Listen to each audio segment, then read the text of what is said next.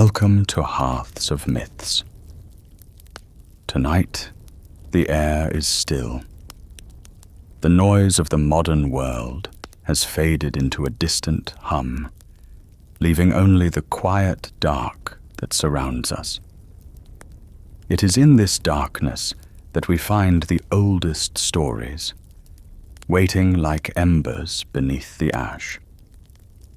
We are traveling far to the east, to the archipelago of the rising sun, to speak of a force that is both the creator of the land and the destroyer of the divine. We are here to speak of fire, but not just the fire that warms the hearth or cooks the meal. We are speaking of the primal fire, the fire that screams when it is born, the fire that burns its own mother. We are speaking of the tragedy and the majesty of Kagutsuchi. Close your eyes. Let the shadows in your room lengthen. Imagine, if you can, a time before heat, a time before the crackle of a flame or the warmth of the sun on your skin. The universe is a silent, floating oil, drifting in a void that has no name and no boundaries. There is no up, no down, no hard earth to stand upon. There is only a heavy, silent potential, awaiting. In the cosmology of the ancient Japanese, recorded in the delicate brush strokes of the Kojiki and the Nihon Shoki, reality did not begin with a bang, but with a separation. The light, pure elements rose to become the high plane of heaven, Takamagahara. The heavy, turbid elements sank to become the formless mass that would one day be the earth. And in that high, sterile heaven, gods were born. They appeared like reeds shooting up from the mud, solitary and hiding their bodies. They were abstract concepts, the center of the universe, the high producing force, the divine producing force. They existed in silence. They were perfect, but they were distant. They did not bleed. They did not cry. And they did not burn. But a story cannot exist in perfection. A story requires friction. It requires two forces to meet, to rub against each other, to create a spark. And so, the mandate was given.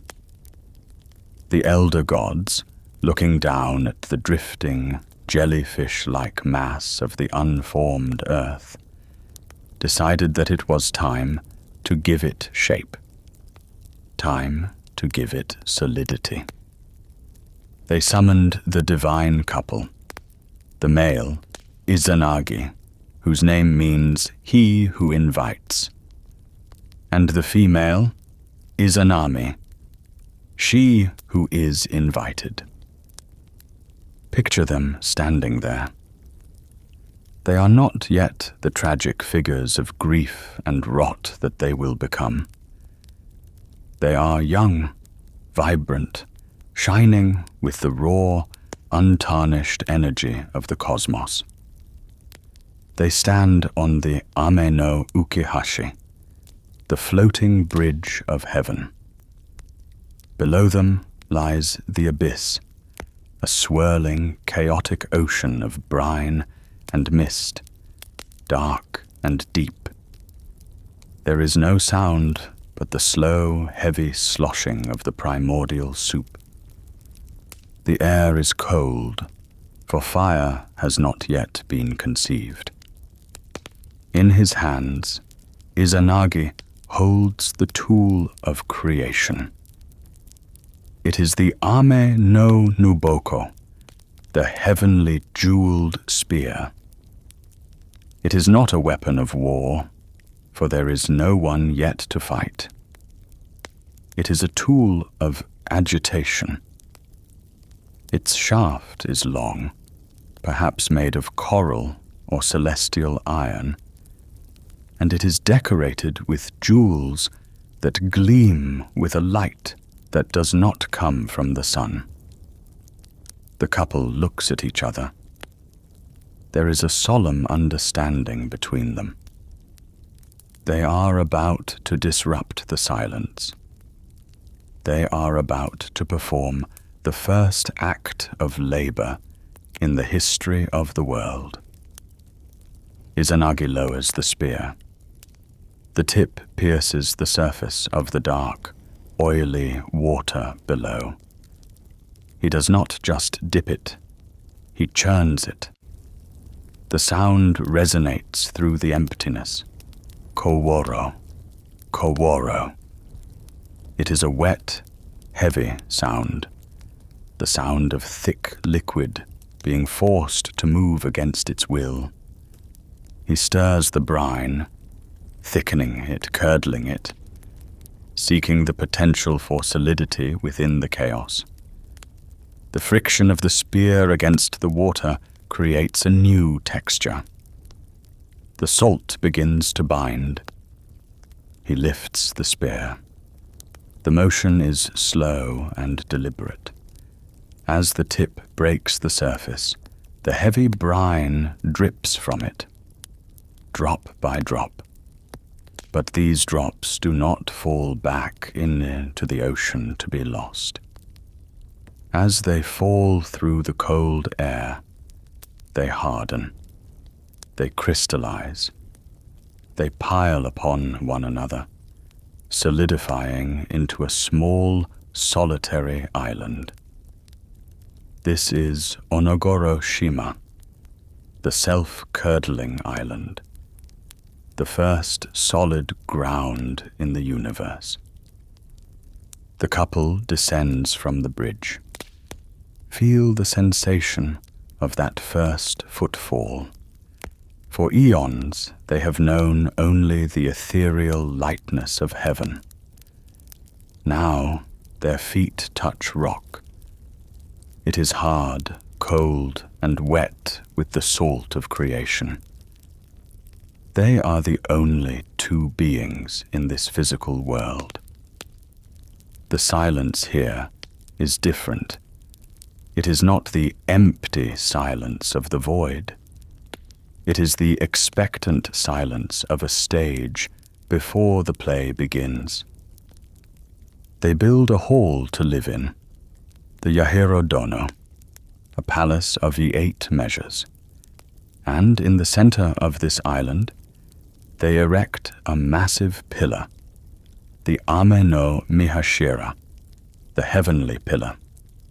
It stretches up, connecting the new earth back to the heaven they left behind. It is the axis of the world, and it is around this pillar that the great work of generation begins. They realize that their bodies are different. Izanagi discovers that his body has a part that is in excess. Izanami discovers that her body has a part that is insufficient. They understand, with a divine intuition, that by joining these parts, they can give birth to the land itself. They invent the ritual of marriage. It is a dance of circling. They walk around the great pillar in opposite directions. Izanagi to the left, Izanami to the right. When they meet on the other side, the energy is electric. It is the first time male and female energies have collided on Earth. Izanami, overcome with the joy of the encounter, speaks first. "How delightful," she says, her voice ringing in the crisp air. to meet a lovely young man?" Izanagi responds, "How delightful to meet a lovely young woman." But the ritual is flawed. The laws of heaven are strict, archaic, and unyielding. By speaking first, the female principle disrupted the order of precedence. The universe, in its infancy, was fragile, and this slight imbalance warped the result. They lay together, but the child born of this union was not a land, nor a god of power. It was Hiruko, the leech child, a boneless, shapeless being that could not stand, a tragedy of soft flesh.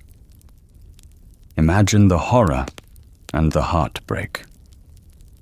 They placed this child, their firstborn, into a boat of reeds and set it adrift on the dark waters. They cast it away into the mists. This is the first shadow to fall over the couple. It is a reminder that creation is dangerous. It is not a guarantee. It requires precision. It requires balance. They return to heaven. They consult the elder gods through divination, burning the shoulder blade of a deer to read the cracks. The answer is simple. The man must speak first. The active force must initiate. They return to Onogoro. They circle the pillar again. The air is tense now. The innocence of the first attempt is gone. They are focused. They walk the circumference of the world's axis. They meet. Izanagi speaks first. Izanami follows. The balance is restored. The connection is made. And now, the true birthing begins. This is not the birth of flesh and blood as we know it. This is the birth of geography. This is the birth of the tectonic plates, the mountain ranges, the valleys, and the coastlines. Izanami becomes the vessel for the archipelago. First, she gives birth to the island of Awaji. It emerges from the sea, dripping and new. Then comes Iyo, which we now call Shikoku, a land with 4 faces. Then the triplets of Oki, the great island of Tsukushi, which represents Kyushu, the island of Iki, the island of Tsushima, the island of Sado, and finally, the great dragonfly, the main island of Yamato, which we call Honshu. The Oyashima, the 8 great islands, are formed. Pause for a moment and consider the scale of this. Izanami is not merely giving birth to babies. She is expelling continents.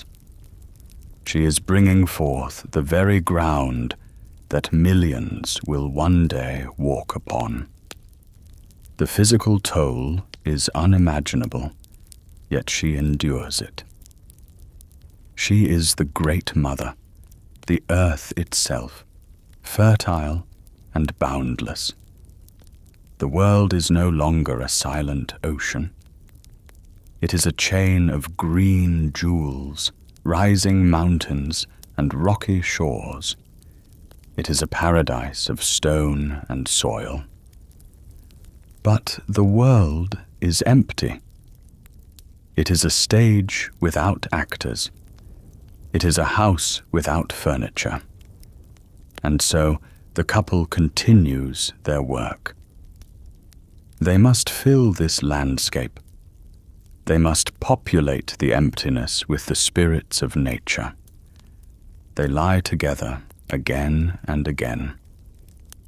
Each union produces a new kami, a new deity to govern a specific aspect of reality. The wind is born, Shinatsuhiko, the god who blows away the morning mist, who rustles the new leaves of the forests. The sea is born, Owatatsumi, the great spirit of the ocean currents, the master of the tides. The mountains are born, Oyamatsumi, the god who pushes the earth upward to touch the sky. The trees are born. The grasses are born. The mist that hangs in the valleys is born. Every aspect of the natural world that is cool, wet, growing, and alive is brought forth from Izanami's womb. It is a golden age of creation. The world is wet with dew. It smells of damp earth, pine needles, and salt spray. It is a world of water and wood. It is a world of life. But there is something missing. If you were to stand in this primordial Japan, you would feel a chill. There is light from the heavens, yes, but there is no warmth radiating from the earth. There is no transformation. Wood lies where it falls, rotting slowly. Clay remains wet and shapeless. Ore remains locked in the stone, cold and unyielding. The world is static. It is safe, but it is frozen in a cycle of slow growth and slow decay. To advance, to evolve, the world needs energy. It needs a force that can consume, transform, and harden. It needs a force that is volatile. The gods do not know it yet, but they are approaching the precipice. The harmony of the damp, green world is about to be shattered. Izanami is tired. She has birthed the islands. She has birthed the waters. She has birthed the winds. Her body, divine as it is, has been the gateway for the entirety of the physical realm. But there is one more child waiting. One more concept that demands to be born. The air in the birthing hut changes. Until now, the births have been accompanied by the smell of sea brine, or fresh soil, or sweet rain. But now, a new scent curls into the air. It is acrid. It is dry. It smells of sulfur and ozone. The temperature in the hall begins to rise. The moisture on the walls evaporates.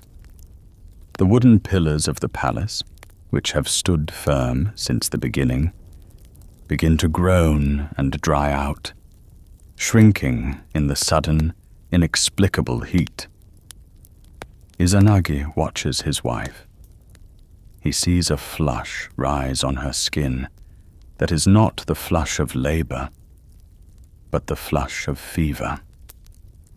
He steps closer, but the air around her is radiating a heat that singes the hair on his arms. He does not understand. Every child before this has been compatible with the mother. The sea god did not drown her. The mountain god did not crush her. The wind god did not blow her away. They were distinct, but they were of the same substance. Matter, life, nature. But This is different. This child is not of the earth. This child is energy. Pure, unbridled, consuming energy. Inside Izanami, the spark ignites. It is microscopic at first, a single point of combustion. But it grows. It feeds on the divine essence of the mother. It is hungry. It is the first hunger the world has ever known. It does not want to be nurtured. It wants to consume.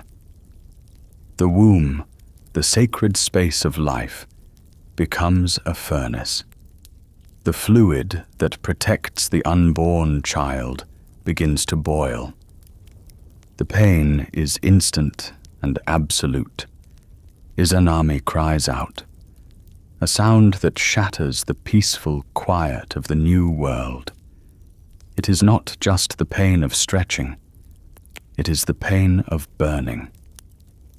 She feels the child turning inside her, and everywhere it touches, it chars.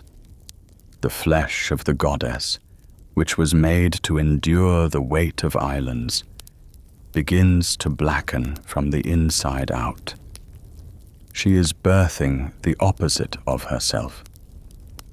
She is wet, cool, fertile matter. The child is dry, hot, destructive spirit. It is the ultimate contradiction. It is the friction of the spear in the water magnified 1 billion times. Izanagi panics.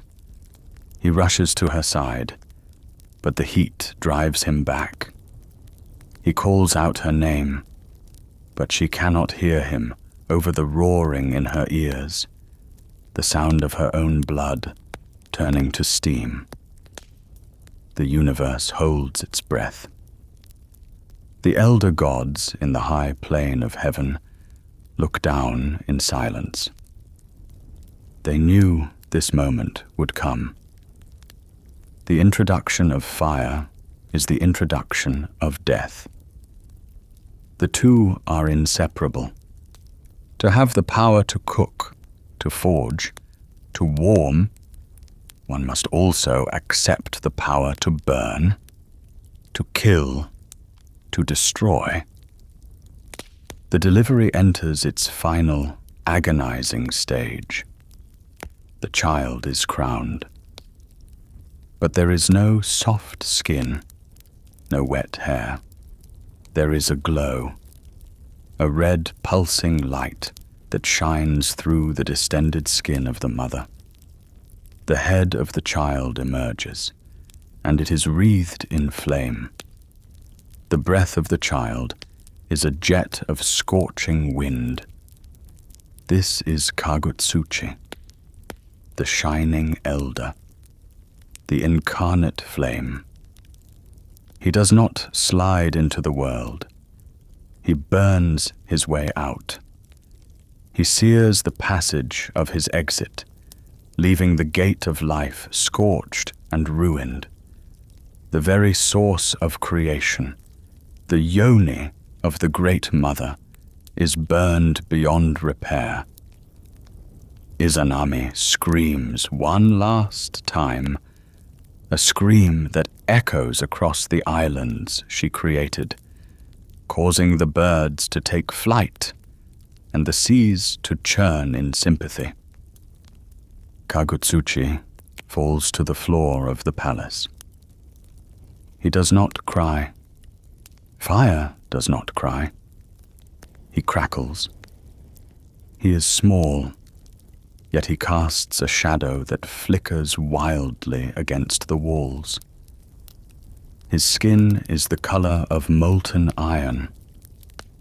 His eyes are like burning coals.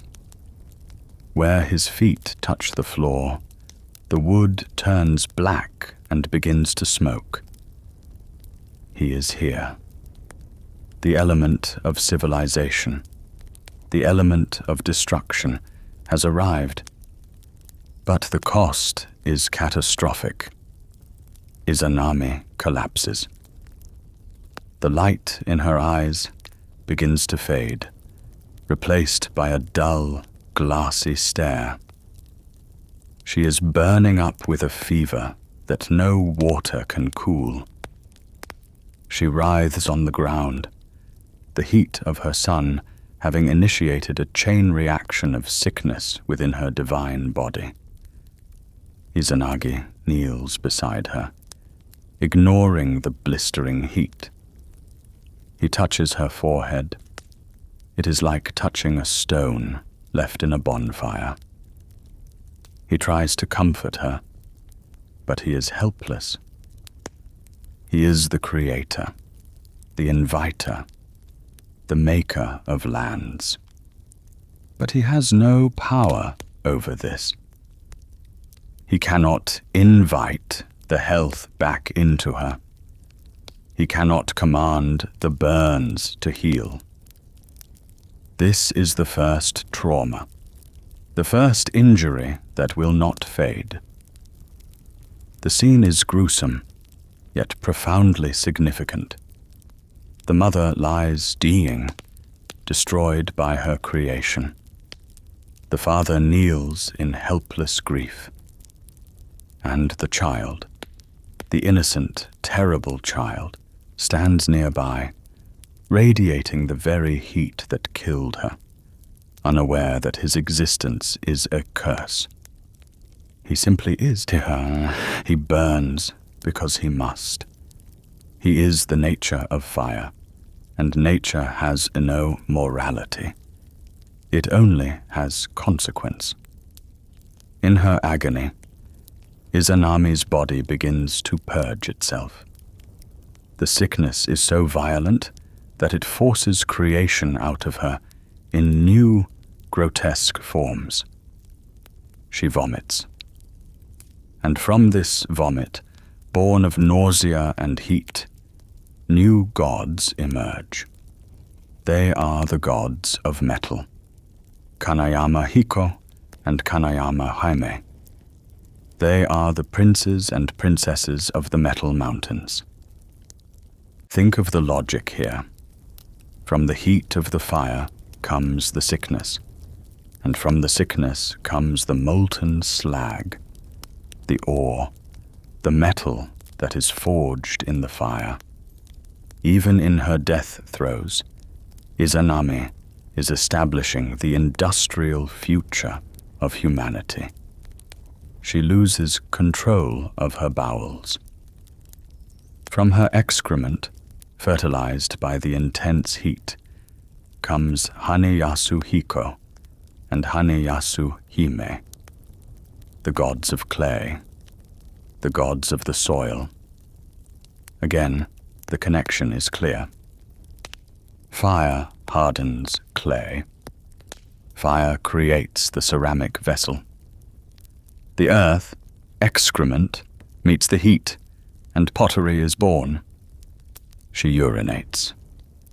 And from this water, boiling and desperate, comes Mizuha Nomi, the goddess of water. But not the salt water of the ocean. This is fresh water. This is the water used to fight fire. The water used to cool the fever.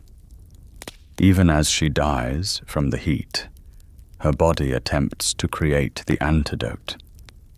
She births the water god to balance the fire god. These deities, metal, clay, and water, spring up around her deathbed like mourners. They are the children of her suffering. They are the legacy of her pain. But they cannot save her. Izanami looks at Izanagi one last time. Her voice is a whisper, dry as withered leaves. She has given everything. She has made the land, the green things, and now the energy that will drive the world. But the price was her own existence in the world of light. The connection to the pillar is broken. The gravity of the underworld, the Yomi no Kuni, begins to pull at her spirit. She closes her eyes. The chest that heaved with the breath of continents goes still. The warmth, the gentle, living warmth, leaves her, replaced by the cooling rigidity of death. Izanagi freezes. He waits for her to breathe. He waits for the chest to rise. He waits for the joke to end. But the silence stretches on. It grows heavier than the ocean. It grows colder than the void. Izanagi realizes the truth. She is gone. The partner who stirred the brine with him, who walked around the pillar, who laughed at his first words, is dead. Death has entered the cosmos. It was not there when they stood on the bridge. It was not there when the islands formed. It arrived with the fire. He looks up from the lifeless body of his wife. He looks across the room. There, in the corner, flickering with a terrifying vitality, stands the child, Kagutsuchi. The heat radiating from the infant ripples the air, distorting the room like a mirage. Izanagi's heart breaks. It shatters into 1,000 pieces of sorrow. He crawls to his wife's head. He crawls to her feet. He weeps, and his tears are not just water. They are divine essence. As they fall from his eyes, they too become a deity. The weeping goddess, Nakisawame, is born from the sorrow of the father. She dwells at the foot of the trees on Mount Kagu, forever mourning. But as the tears fall, a change comes over Izanagi. The sorrow is deep, yes. But beneath the sorrow, there is something else, something harder, something sharper. He looks at the child again. He does not see a son. He sees a murderer. He sees the cause of all this pain. He sees a force that, if left unchecked, will consume the entire world they worked so hard to build. The islands are flammable. The trees are flammable. The palace is flammable. Everything is fuel. And Kagutsuchi is the spark. Izanagi slowly stands up. His movements are stiff, robotic. The grief is hardening into rage. A cold, calculating rage. He reaches to his side. His hand closes around the hilt of his sword. This is the Ame no Ohabare, the blade of heavenly wings. It is a long sword, a 10-grasp sword representing absolute authority and lethal power. He draws the blade. The metal sings as it leaves the scabbard, a sharp, ringing sound that cuts through the crackling of the fire. The light of the sword reflects the light of the fire child. It is a mirror of violence. Kagutsuchi looks up. He does not flee. He does not beg. He is fire. He simply burns. He looks at his father with those glowing eyes, pulsating with the energy of the sun. He is innocent of malice, yet guilty of existence. Izanagi takes a step forward. The floorboards smoke under his feet. The air is suffocatingly hot, but the coldness in his heart protects him. He raises the sword high above his head. The blade catches the flicker of the flames. It hangs there for a moment, suspended in the heavy air. The ultimate judgment of the Creator upon the created. "You," Izanagi whispers, his voice cracking with the weight of the betrayal. "You who took her from me. You who are too bright for this world." The muscles in his arms tense. The decision is made. The first death, that of the mother, will be followed immediately by the second. The first murder, the first execution. Izanagi brings the sword down. It is not a clumsy strike. It is a strike of divine precision. The blade slashes through the superheated air, parting the heat waves. It aims for the neck of the glowing child. It aims to sever the head from the body, to separate the intelligence of the fire from the fuel of the body. The impact is blinding. A flash of light, brighter than 10,000 suns, erupts in the hall. The sound is like a thunderclap trapped in a jar. The fire is struck by the iron. The result is an explosion of sparks, blood, and power. Kagutsuchi is slain. But a god of energy does not simply die. When you strike a fire, it scatters. When you kill a volcano, it erupts. The death of Kagutsuchi is not an ending. It is a scattering.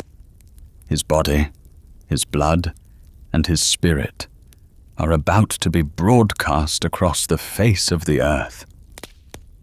Izanagi stands panting, the sword dripping with a substance that is both blood and lava.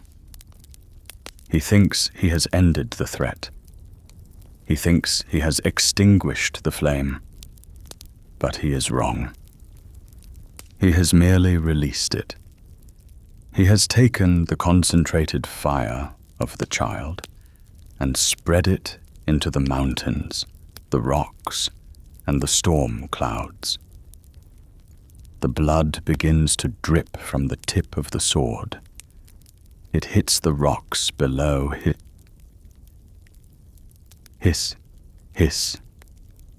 And with every hiss, a new power rises from the stone. The tragedy of the nursery is over.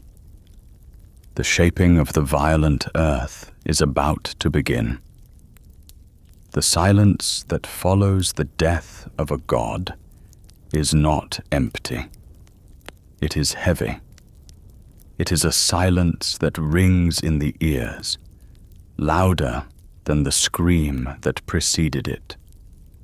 In the hall of 8 measures, the air is still thick with the smell of ozone and singed flesh, but the heat has begun to dissipate, replaced by a creeping, unnatural cold.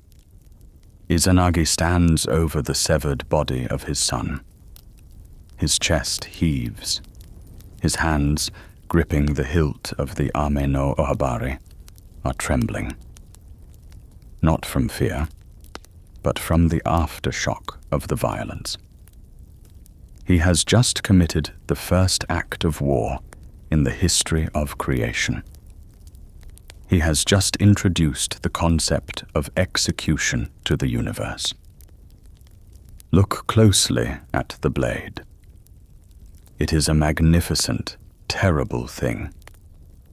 The 10-grasp sword, the heavenly wings, is no longer a pristine symbol of authority. it is stained, a substance that is thicker than mortal blood, darker than oil, and hotter than magma, clings to the divine steel. It pulses with a life of its own.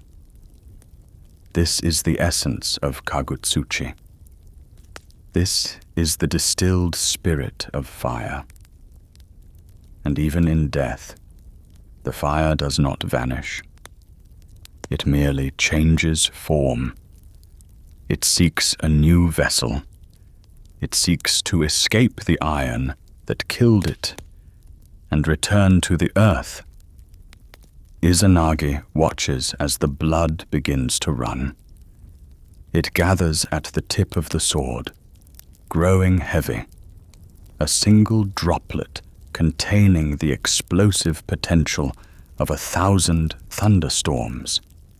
It falls. It strikes the rocky ground of the island, and in that instant, the rock splits. The blood does not soak into the stone. It shatters it. From the vapor that rises, from the very sound of the stone cracking under the heat of the god blood, a new deity pulls itself into existence. This is Iwasaku, the rock splitter. He is the embodiment of the force that cracks the earth, the sudden, violent expansion of heat that breaks the bedrock. He stands there, born of violence, looking at his creator with eyes of flint. But the blood continues to fall. Another drop, another shatter. Beside the rock splitter rises Nesaku, the root splitter. He is the force that tears through the obstacles, the energy that uproots the ancient trees, the undeniable power of the shockwave. These are not benevolent agricultural gods. These are the gods of the impact. They are the children of the sword stroke. Izanagi does not speak to them. He cannot. He is paralyzed by the realization that his act of destruction has only fueled more creation. He tried to extinguish the fire to save the world, but in doing so, he has birthed the spirits of the earthquake and the fracture. The blood continues its journey down the length of the blade. It flows over the crossguard, the distinct barrier between the blade and the handle.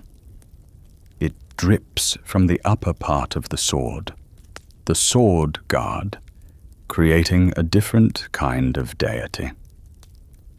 From this blood, clinging to the cold iron, 3 terrified and terrifying brothers emerge.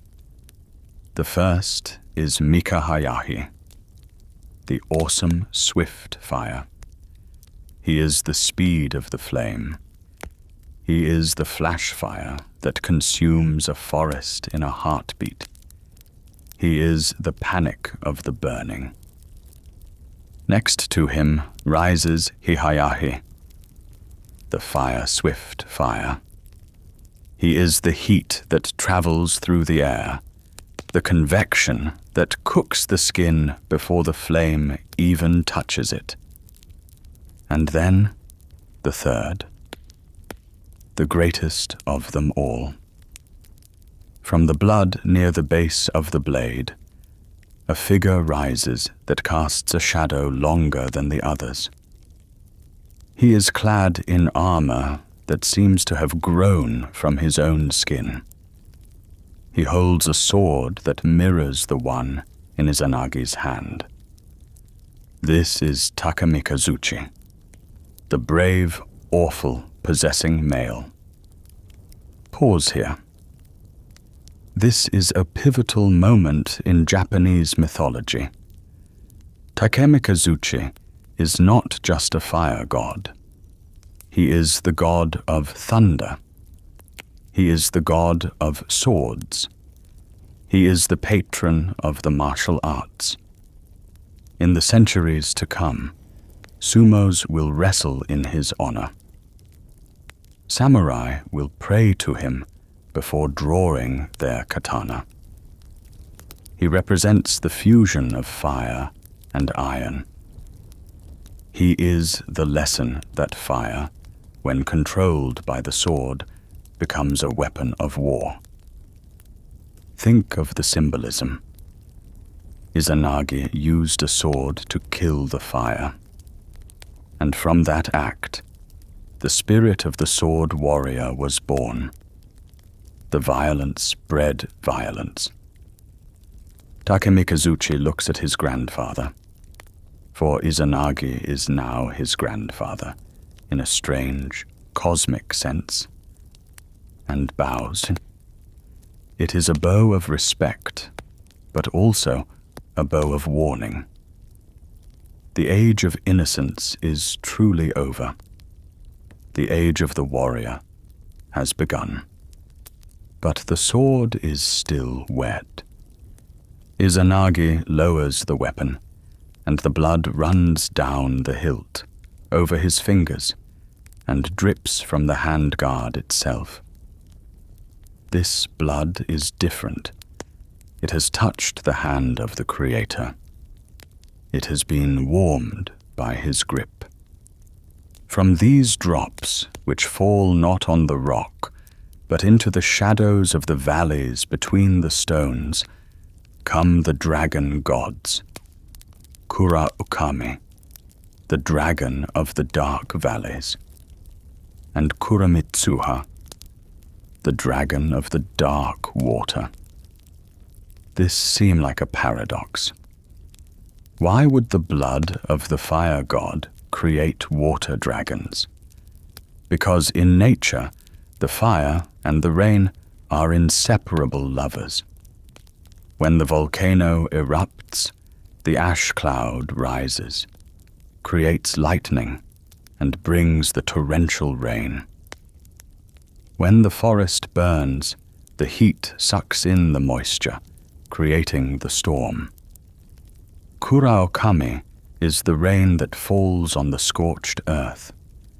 He is the black, soot-stained rain that puts out the fire. Kagutsuchi, even in his death, provided the means to control himself. He birthed the dragons that would one day guard the mountain springs. Izanagi stands amidst this new pantheon. The hall is crowded now. Warriors, rock breakers, dragons, and spirits of speed surround him. They are all silent, watching him. They are his grandchildren, born of his son's murder. The complexity of this family tree is suffocating. But the gruesome work is not finished. The blood has been shed, but the body remains. The corpse of Kagutsuchi lies on the scorched floorboards, a massive, cooling husk of divine charcoal and lava. It is a landscape unto itself. Izanagi looks at the body. He knows he cannot leave it here. It is too dangerous. It is too hot. And so, in the texts, we are told of the transformation. We are told that the body of the fire god became the mountains. But let us look deeper. Let us look at which mountains.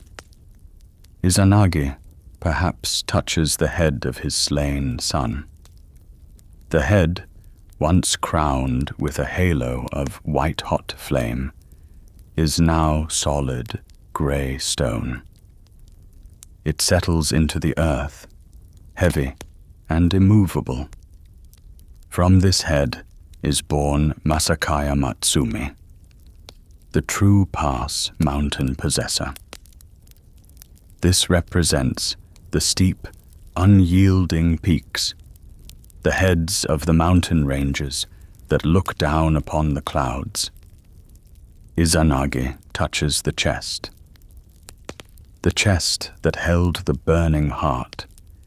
It sinks into the crust of the earth. From it rises Odoya Matsumi, the descent into the mountain possessor. These are the slopes, the gentle wooded chests of the mountains, where the trees grow thick and the animals hide. The belly of the god, the center of his hunger, becomes Okaya Matsumi, the mountain of the deep interior. These are the hidden places, the deep, inaccessible ravines where the sun rarely touches, the places where the heat of the earth still lingers in hot springs and sulfur vents.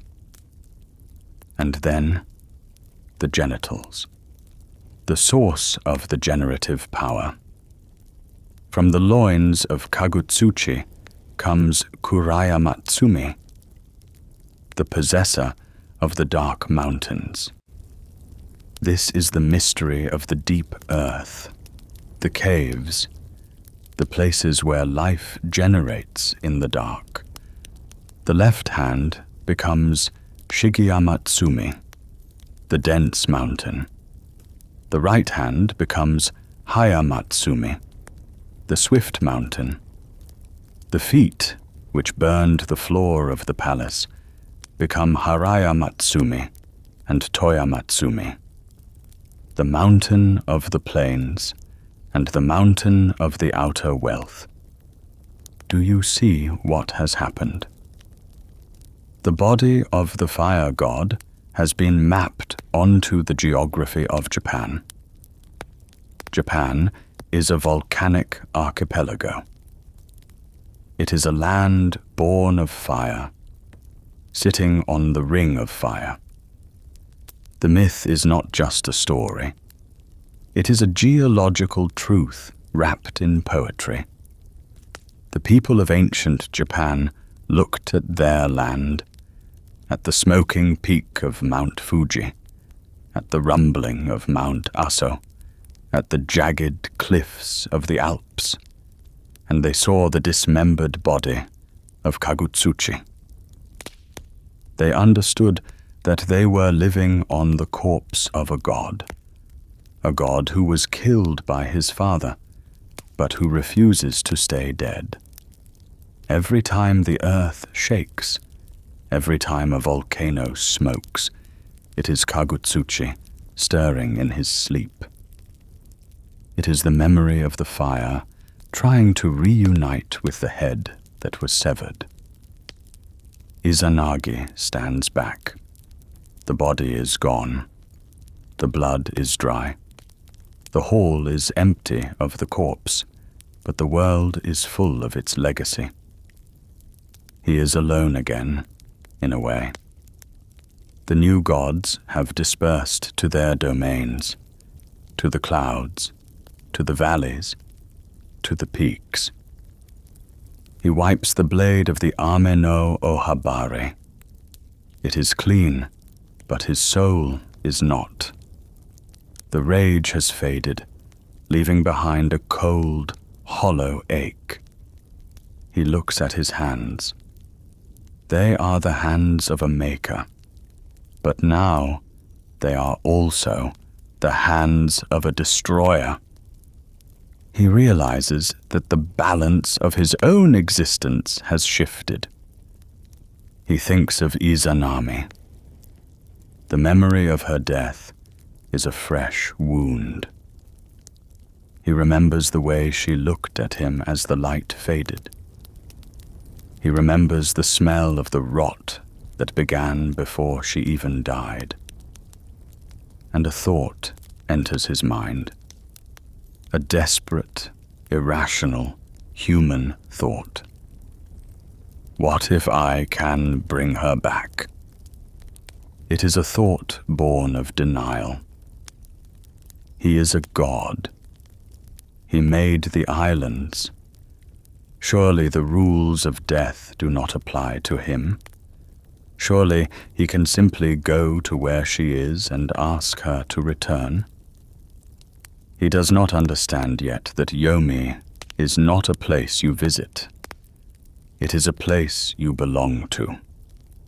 He decides to leave the world of the living. He turns his back on the sun, on the new mountains, on the dragons and the swords. He seeks the entrance to the underworld. The journey is not described in miles, but in atmosphere. To find Yomi, one must go down. One must follow the roots of the earth.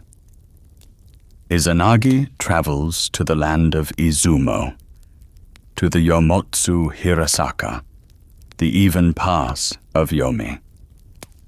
Imagine the transition. The air grows heavy. The light of the sun becomes watery and dim, filtered through layers of grey mist.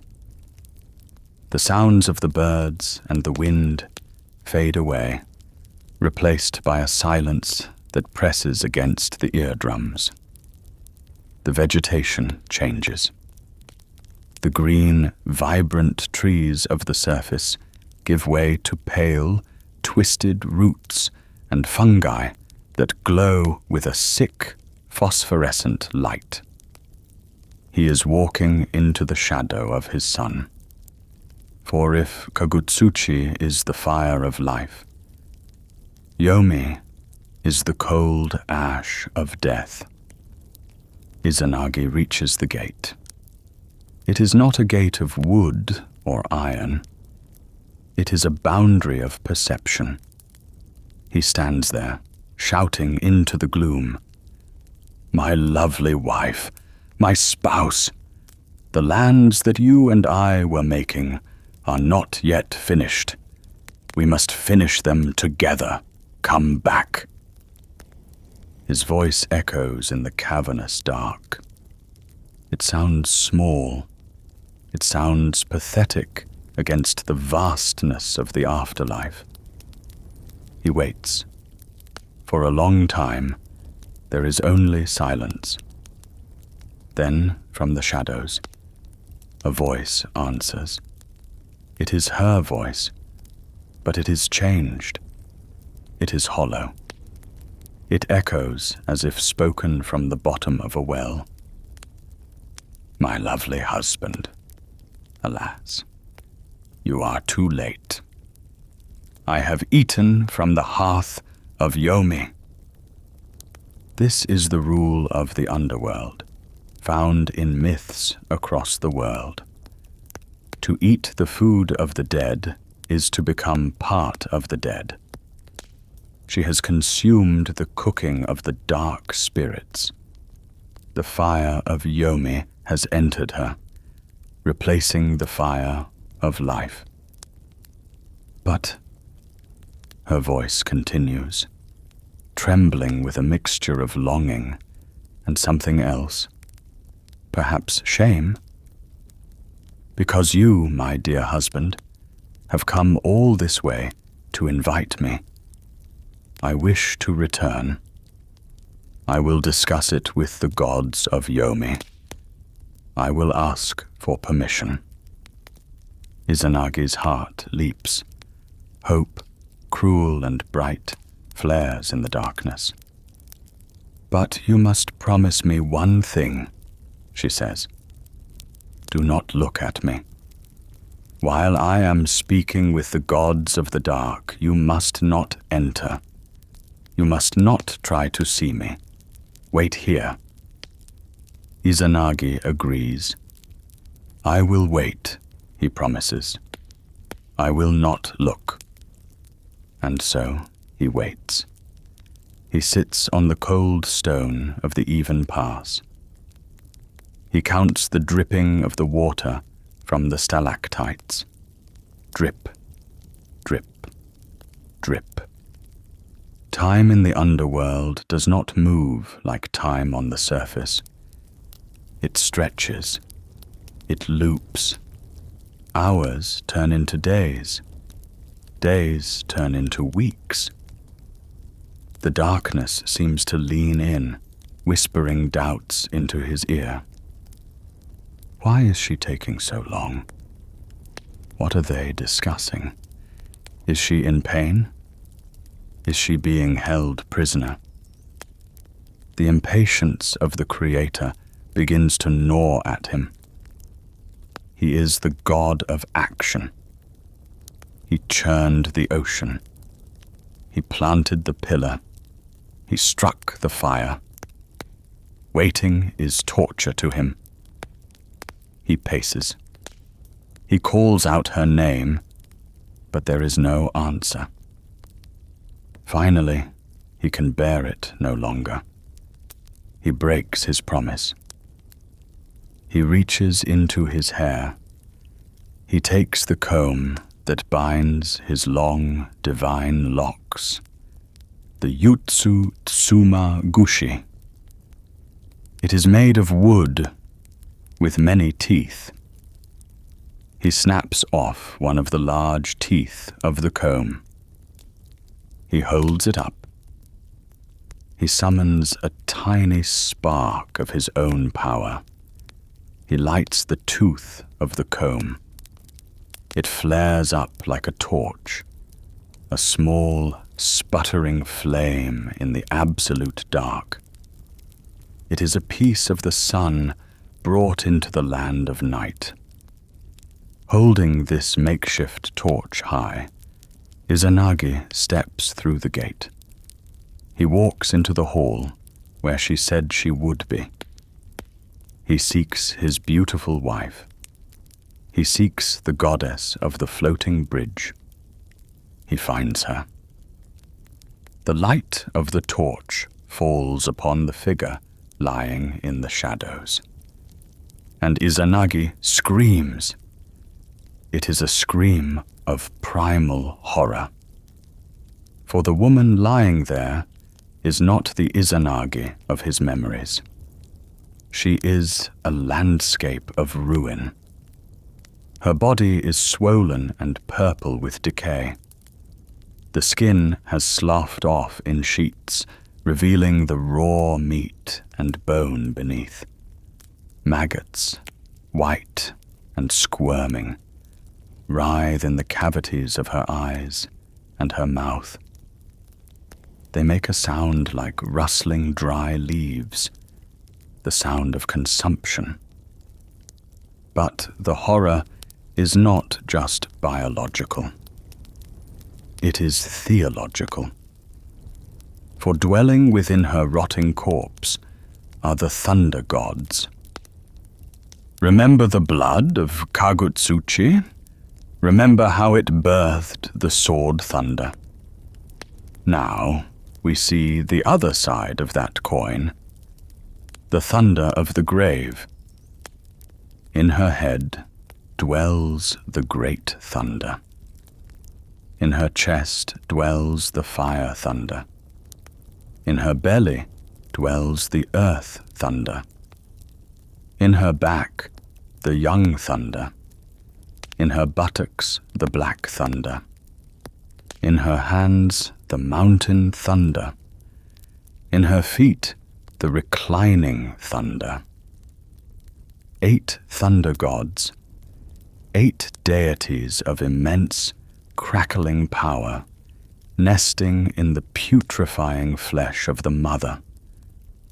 They coil like serpents through her ribs. They flash with electrical malice from her open sores.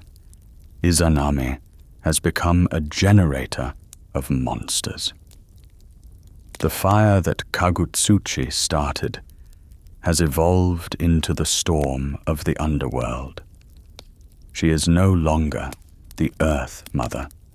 She is the Queen of the Dead. Izanami opens her eyes. The maggots spill from her lids. She sees the torch. She sees the look of revulsion on her husband's face. She sees that he has broken his promise. She sees that he is disgusted by her. The shame turns instantly to fury. A fury that makes the rage of Kagutsuchi look like a candle flame. This is the cold, implacable rage of the betrayed. "You have shamed me," she shrieks. Her voice is the sound of tearing metal. "You have looked upon my nakedness. You have seen my rot." The 8 thunders roar in unison, shaking the foundations of Yomi. The ground cracks. The shadows lunge. Izanagi does not fight. He does not draw the 10-grasp sword. He is unmanned by the horror. He turns and runs. The creator of the world flees like a frightened child into the dark tunnels of the afterlife. "Catch him!" Izanami screams. "Bring him back! Tear him apart!" She sends the hags of Yomi, the shikome, after him. They are ugly, swift creatures, with teeth like needles and limbs like spiders. They scuttle across the ceiling and the walls, chittering with hunger. Izanagi runs. The torch in his hand flickers wildly as he sprints back toward the Yomotsu Hirasaka. He can hear the scrabbling of claws behind him. He can smell the stench of the grave closing in. He reaches into his headdress. He throws down his black vine wreath. Instantly, it transforms. It becomes a patch of wild grapes, juicy and sweet. The hags, driven by a mindless hunger, stop to devour the grapes. They tear at the fruit, gorging themselves. Izanagi gains a lead, but they finish the grapes and come again. He reaches into his hair again. He throws down the rest of the comb. It hits the ground and transforms into a grove of bamboo shoots. The shoots spring up, tender and green. The hags stop again, ripping the bamboo from the earth and eating it. But now, the thunders are coming. The 8 thunder gods, led by the warriors of the underworld, are chasing him. And behind them all, dragging her rotting body with terrifying speed, comes Izanami herself. This is the great chase. This is the divorce of the heavens and the earth. It is a scene of absolute chaos. Izanagi reaches the pass. He sees the light of the upper world ahead. A faint grey circle of daylight. He bursts out of the cave. He is back in the land of the living. But he knows they are right behind him. He needs a barrier. He needs a door that cannot be opened. He sees a massive boulder, a rock that would take 1,000 men to lift. It is the Chibiki no Iwa. With a surge of adrenaline and divine strength, he grabs the boulder. He heaves it into the mouth of the cave. Boom! The rock seals the entrance. It blocks the light. It blocks the smell. On the other side of the rock, Izanami slams against the stone. She claws at it. She screams his name. "Izanagi!" He stands on his side, panting, sweating, safe in the twilight of the living world. He leans his forehead against the cold stone. "Izanagi," she calls again. "Because you have done this, because you have shut me out, I will strangle to death 1,000 of your people every single day. It is a curse. It is the invention of mortality. She is promising that death will be the constant companion of his creation." Izanagi closes his eyes. He accepts the burden. He speaks back to the stone, his voice sad but resolved. "My lovely wife, if you do this, then I will build 1,500 birthing huts every single day. The equation is set. 1,000 will die. 1,500 will be born. Life will outpace death.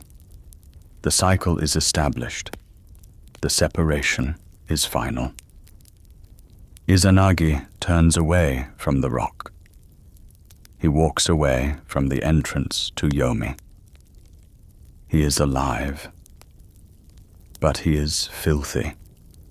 He is covered in the dust of the grave, the sweat of fear, and the lingering spiritual pollution of the underworld.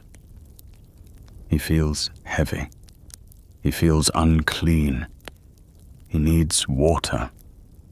He needs the sun. He needs to wash away the nightmare of the fire and the rot. He heads toward the island of Kyushu, to a small river mouth at Tachibana. The sun is rising. The water is clear. The next great act, the act of purification, is about to begin. And from this washing, the masters of the sky will be born. The sword of Izanagi, the Ameno Ohabari, did not merely cut through flesh. It severed the very fabric of the new world. In the heavy, stagnant silence that followed the death of Kagutsuchi, the air itself seemed to vibrate with a low, mournful hum. The red glow of the fire child had been extinguished, but in its place was something darker and more complex. Izanagi stood over the cooling embers of his own sun, his breath coming in ragged, shallow gasps. The heat was still there, but it was no longer a living thing. It was a radiating ghost, a lingering heat that soaked into the wooden pillars of the palace and the rocky soil of the island. He looked down at the blade in his hand. The 10-grasp sword, a weapon that was meant to be a symbol of divine authority, was now stained with the molten, divine essence of the fire. This was the first time blood had been spilled in the world of light. It was a thick, pulsating substance, somewhere between the red of a sunset and the black of obsidian. It did not behave like the water of the ocean or the sap of the trees. As it clung to the divine steel of the sword, it sizzled, the heat of the fire god still fighting against the cold iron of the blade. Izanagi watched, mesmerized by the horror of his own hands, as a single, heavy drop of this blood gathered at the sword's tip. It grew larger, distorting the reflection of the room, until gravity finally claimed it. The blood hit the rocks below with a sound that would define the nature of the earth for eternity. It was a sound of shattering, a sharp, crystalline crack that resonated deep into the foundations of the island. In that moment, the rock did not simply break. It became a father to a new power. From the point where the blood struck the stone, a deity pulled itself into the air, born from the friction of fire meeting earth. This was Iwasaku, the rock splitter. He was the embodiment of the explosive force that breaks the mountains, the heat that cracks the bedrock. He was the first reminder that the death of Kagutsuchi was not an ending, but a transformation of energy into a more violent, jagged form. But the sword was still wet, and the grief of Izanagi was still fueling the creation. Another drop fell, striking the roots of the trees that stood at the edge of the palace. Where it hit, the roots did not burn. They split. From this union of fire blood and wood spirit came Nesaku, the root splitter. Together with his brother, he established the duality of the earth's breaking, the cracking of the stone and the tearing of the life that grips the stone. Izanagi watched these spirits rise, and he felt a cold dread in his chest. He had killed one son to save his world, but the blood of that son was now populating the world with the gods of the earthquake and the fracture. The blood continued its journey, flowing over the crossguard of the sword, the part known as the sword guard, or the tsuba in the language of the later eras. As it gathered on the hilt and dripped onto the dry earth, 3 siblings of immense power were born in rapid succession. They were the spirits of the strike itself. First came Mika Hayahe, the awesome swift fire. He was the speed of the flame, the instant flash that blinds the eye. Then came Hayahe, the fire-swift fire, the scorching convection that travels ahead of the heat. And finally, from the blood that touched the very handguard of the sword, a figure rose that would become one of the most powerful and revered deities in the entire pantheon, Takemikazuchi. Takemikazuchi was the brave, awful, possessing male. He was the god of thunder, but also the god of swords. He was the personification of the weapon that had just killed the fire. In his very essence, he represented the fusion of the 2 most powerful forces Izanagi had encountered, the heat of Kagutsuchi and the iron of the sword. He looked upon his father, Izanagi, with eyes that held the spark of the lightning and the cold edge of the steel. He was the god who would one day stand on the waves of the ocean and challenge the earthly spirits, the god who would wrestle for the sovereignty of Japan. His birth was the ultimate justification and the ultimate curse of the execution. He was the protector born from a murder. But the sword was not yet dry. The blood ran further, dripping from the very base of the hilt, touching the fingers of the Creator God. From these drops, which fell into the dark, shadowed crevices of the mountainside, came the dragons. Kuraokami, the dragon of the dark valleys, and Kuramitsuha, the dragon of the dark water. These were the gods of the mountain springs and the torrential rains that follow the heat of the fire. It is a profound irony of the myth that the blood of the fire god produced the masters of the water. It suggests a cosmic balancing act, that for every flame that scorches the earth, a dragon is born to weep the rain that cools it. Kagutsuchi, even as he died, provided the world with the means of its own survival. Izanagi stood amidst these newly born deities, his grandchildren and children of his grief. The palace was no longer a home. It was a sanctuary of shadows. The air was thick with the scent of ozone and iron. He looked at the body of Kagutsuchi, or what was left of it.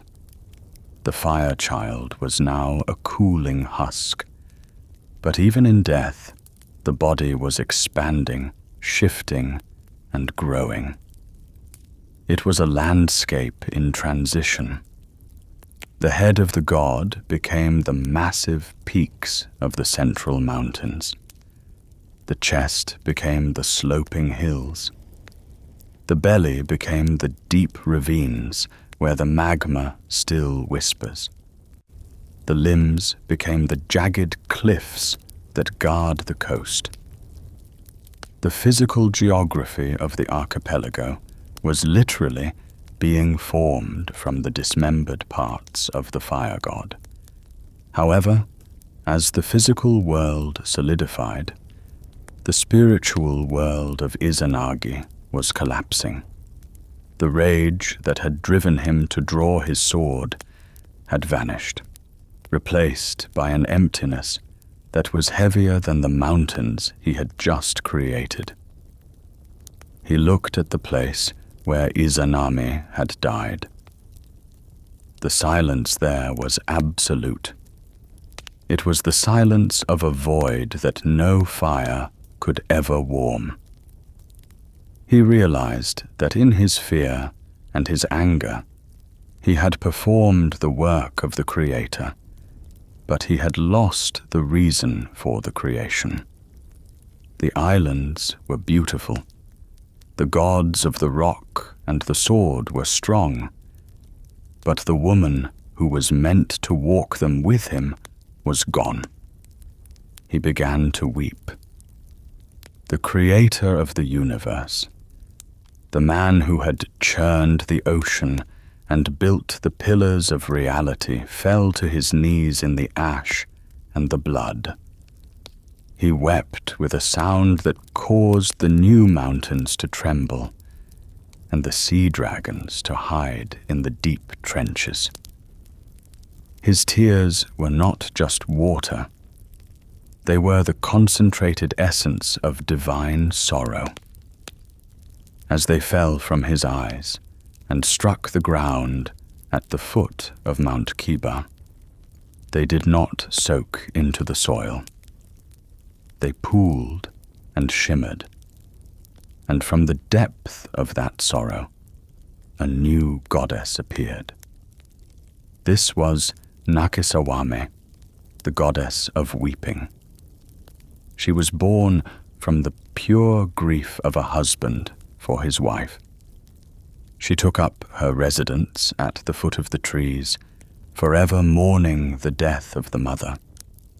Her existence is a testament to the fact that in the Japanese world, even sorrow is a generative force. It does not just end things, it gives birth to the memory of what was lost. But sorrow, if left to fester, becomes a dangerous kind of longing. Izanagi stayed at the foot of the mountain for a long time, watching the sun rise and set over the land of the living. He looked at the green things growing and the winds blowing, but he found no joy in them. He became obsessed with the boundary. He began to wonder about the place where the light does not reach. He began to believe that death was just another island, a place he could sail to, a place he could invite his wife back from. He forgot the warning of the fire birth. He forgot that fire brings death, and death is a one-way passage. He decided to go to her. He decided to leave the world of the living, the world of the peaks and the dragons, and descend into the land of roots. This was the Yomotsukuni, the land of Yomi. It was not a place of punishment, but a place of stagnation. It was the world of the shadows, the realm where the fire has gone out, and only the ash remains. Imagine his journey. He did not go with a ship or a chariot. He walked. He followed the fading light. He traveled to the land of Izumo, to a place where the earth itself seemed to fold inward. This was the Yomotsu Hirasaka, the even pass of Yomi. It is described as a narrow path, a boundary line where the air grows cold and the smell of the damp earth becomes overpowering. There were no birds here. There was no wind. The only sound was the rhythmic thud of his own heart, a sound that felt out of place in a land where hearts had stopped beating. The light of the sun began to fail. It turned from golden to a sickly, watery grey, and then to a deep, bruised violet. The vegetation changed. The lush forests of the surface were replaced by pale, spindly roots that hung from the ceiling of the world, like the hair of the drowned. Fungi grew in the damp crevices, glowing with a dim, phosphorescent light that offered no warmth. Izanagi pressed on, driven by a love that had become a form of madness. He was the god of the invitation, and he was determined to invite the past into the present. He reached the gate of the palace of Yomi. It was a massive, lightless structure that seemed to be made of the very darkness it inhabited. He did not enter, for the laws of the underworld are ancient and heavy. He stood outside the gate, his voice cracking the silence of the abyss. "My lovely wife! My spouse!" he cried. "The lands that you and I were making are not yet finished. We must finish them together. Come back to me. Leave this place of shadows." His voice echoed through the halls of the dead, a sound of vibrant life that must have felt like a physical blow to the spirits within. He waited. The silence that followed was longer than any he had ever known. It was a silence that seemed to eat the sound of his words. Then he heard it, a movement, a soft rustling sound like silk dragging over dry leaves.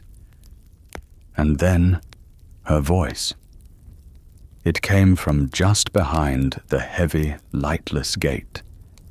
It was her voice, the voice that had laughed with him as they stirred the brine. But it was changed. It was hollow. It sounded as if it were being spoken through a layer of ancient dust. "My lovely husband, my lord," Izanami said. "Why have you come so late? I have already eaten from the hearth of Yomi." This was the finality he had refused to see. To eat from the hearth of the dead is to bind one's essence to the cycle of the grave. The fire of the underworld is not the fire of Kagutsuchi. It is a cold fire, a fire that consumes the spirit and leaves the body as a shell. By tasting the food of the dark, she had become a part of the darkness. She was no longer a being of the floating bridge. She was a citizen of the roots. But, she continued, her voice trembling with a flicker of the old affection, because you have come all this way, because you have not forgotten me, I wish to return. I will go and speak with the gods of Yomi. I will ask them to release me. I will beg for a miracle. Izanagi's heart leapt. He did not hear the warning in her voice. He did not hear the exhaustion. He only heard the possibility of the yes. But you must promise me one thing, Izanami whispered, her voice growing faint. You must wait here. You must not look at me. You must not try to enter the hall while I am negotiating with the spirits of the dark. Give me time. Do not look. Izanagi promised. I will wait, he said. I will be as silent as the stone. I will not look. He sat down by the gate. He closed his eyes. He tried to think of the islands, of the sun, of the dragons. But the darkness of Yomi is an active thing. It began to whisper to him. It began to feed his impatience. How long had it been? Minutes? Hours? In the underworld, there is no sun to mark the passage of time.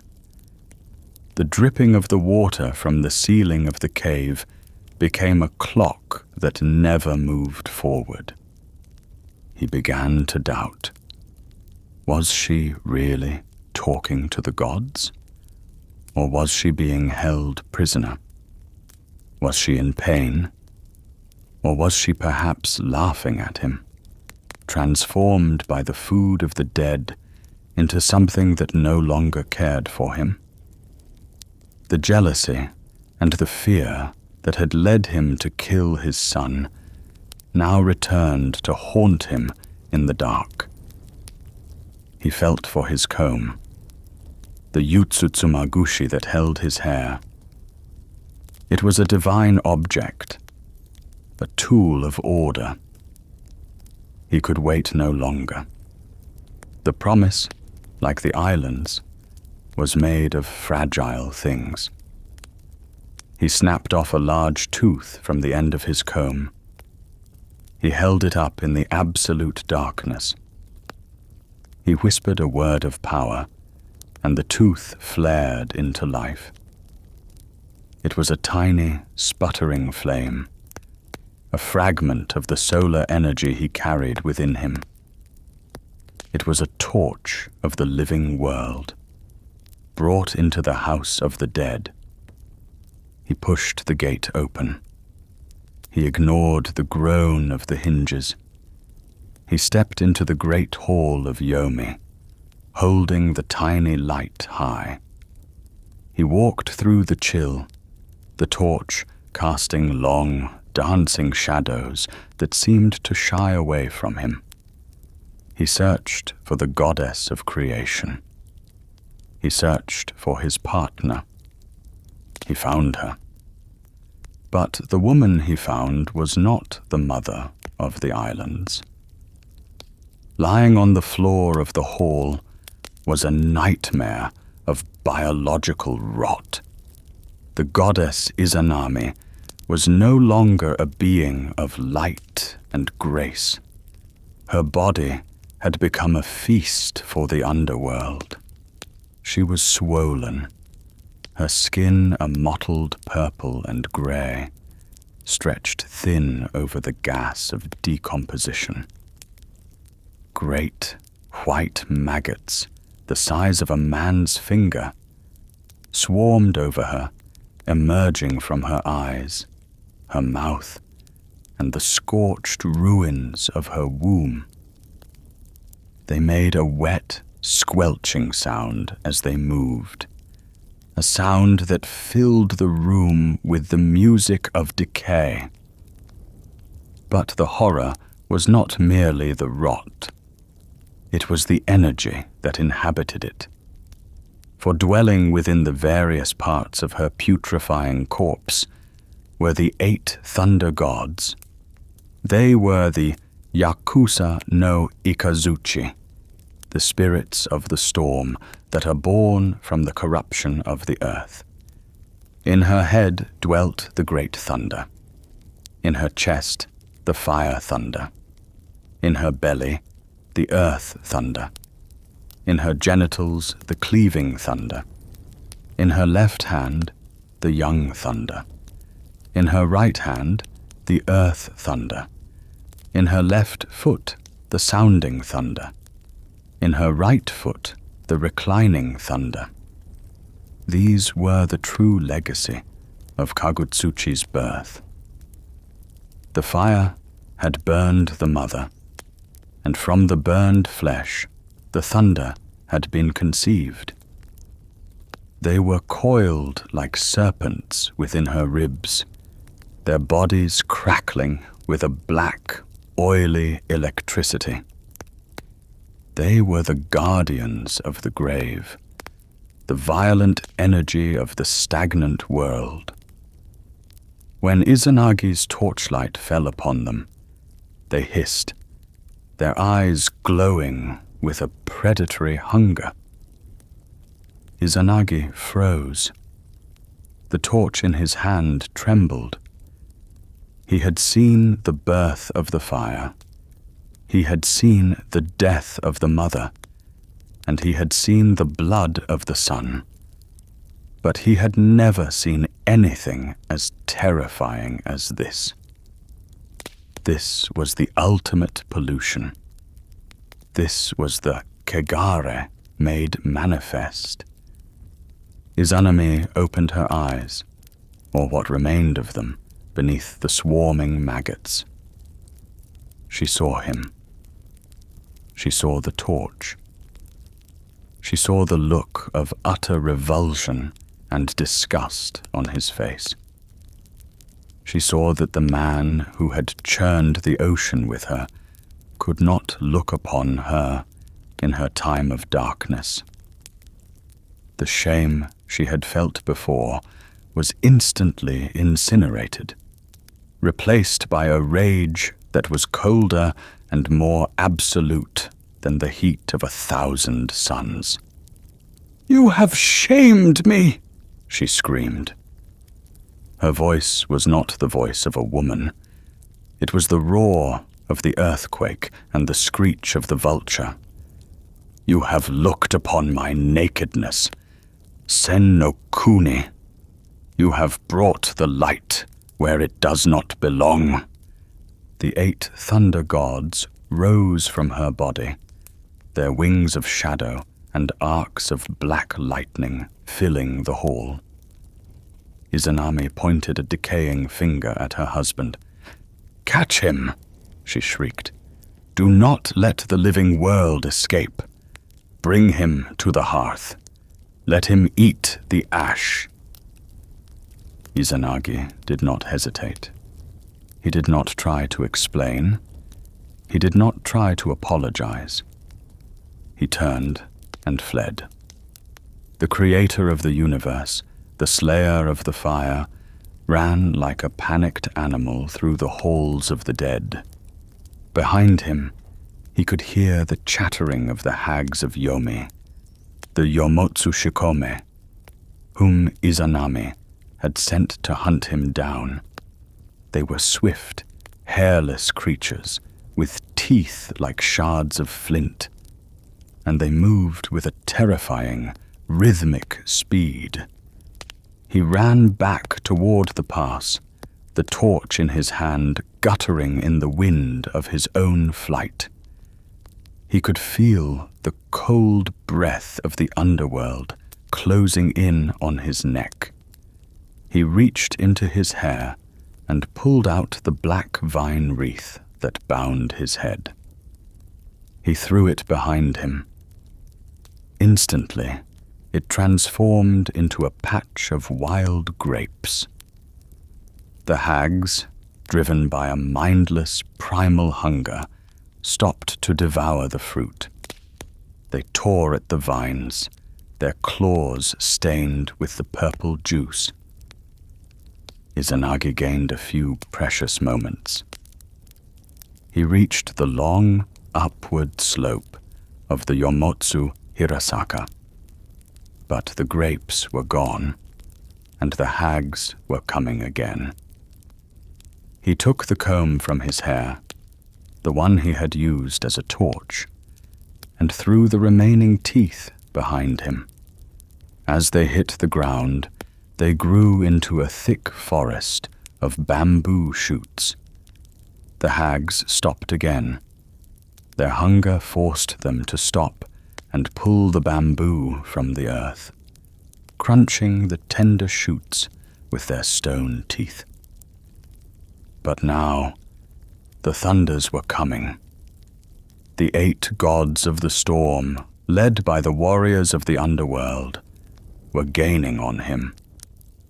Izanagi reached the very boundary, the threshold where the air began to smell of the sea and the sun. He saw 3 peaches growing at the edge of the pass. He grabbed them. He threw them at the advancing army of the dead. In the mythology of the East, the peach is the fruit of immortality and the bane of the spirits. The peaches exploded against the demons, pushing them back into the shadows. Izanagi thanked the peaches, promising them that they would always be the fruit that protects the people of the Middle Land from the terrors of the dark. Finally, he saw the light. He burst through the opening of the cave, back into the world of the living. But he knew she was still behind him. He knew the mother of the islands was coming for her revenge. He looked around and saw a massive boulder, a rock so large it would take 1,000 men to move. This was the Chibiki no Iwa. With a final surge of divine strength, fueled by the terror of the grave, he heaved the boulder into the entrance of the cave. The rock slid into place with a thunderous crash, sealing the passage. The silence of the upper world rushed back in. Izanagi leaned against the stone, his forehead pressed against the cold surface, his body shaking with exhaustion. From the other side of the rock, he heard a sound, a scratching, a pounding of fists against the stone. And then, her voice. It was close now, muffled by the weight of the mountain between them. "My lovely husband, Izanagi," she said, her voice filled with a cold, terrifying clarity. "Because you have done this, because you have rejected me and sealed me in this dark place, I will every day strangle to death 1,000 of the people of your land." Izanagi stood up. He looked out over the islands he had made, the green hills of Yamato, the blue waves of the sea. He knew he could not stop the death he had invited. He knew the fire of Kagutsuchi had truly changed the world. He spoke back to the stone, his voice steady and grave. "My lovely wife, if you do that, then I will every day build 1,500 birthing huts." The covenant was sealed. The cycle was fixed. 1,000 would go into the dark, but 1,500 would rise into the light. Life would always outpace the grave, but it would always be shadowed by it. The separation was final. Izanagi turned away from the rock. He walked toward the sea. He felt the kagare, the pollution of the dead, like a heavy, oily coat upon his skin. He needed the water. He needed to wash away the memory of the maggots and the thunder. He headed toward the mouth of the river at Tachibana, where the sun was beginning to rise over the horizon, promising a new kind of fire, a fire that illuminates without burning, a fire that would one day be the hope of all who live in the shadow of the mountains. The sword stroke that divided the physical form of Kagutsuchi was not an ending of his existence, but an expansion of it. Imagine the moment after the blade passed through the neck of the fire child. The energy that had been concentrated into a single radiant point was suddenly released into the environment. It was as if a sun had shattered against the earth. Kagutsuchi did not disappear into the void. He bled into the reality of the 8 great islands, and in doing so, he became the very skin and bone of the landscape. To understand Kagutsuchi is to look at the horizon of Japan and realize that every jagged peak and every smoking crater is a fragment of his original divinity, a piece of a god that was too intense to remain in one piece. Let us look at the head of the god, the Masaka Yamatsumi. When this part of Kagutsuchi's body struck the tectonic plates of the newly formed world, it did not merely tumble like a stone. It settled with the weight of absolute authority. The head of the fire god became the true peak, the highest and most sacred elevations of the mountains. In the spiritual geography of the ancient East, the head is the seat of the spirit, the connection to the heavens. By becoming the high peaks, Kagutsuchi established the verticality of the world. The mountains like Fuji, Aso, and the rugged spines of the Japanese Alps are the forehead of the god, forever looking upward toward the high plane of heaven, silent and stony, yet vibrating with the memory of the fire that once burned within them. When the mist clings to the high ridges, it is the lingering breath of the beheaded god, a cool veil over a hot memory. But the transformation moved downward, following the anatomy of the divine child. From the chest of Kagutsuchi, where the heart once pulsed with the rhythm of the furnace, rose the Odo Yamatsumi. This represents the sloping mountains, the transition from the high, inaccessible peaks to the fertile valleys. The chest is the seat of the lungs, and thus these slopes are the regions where the breath of the world is felt most clearly in the swaying of the great cedar and cypress forests. While the head is remote and austere, the chest is covered in the green garment of the vegetation, yet the heat remains.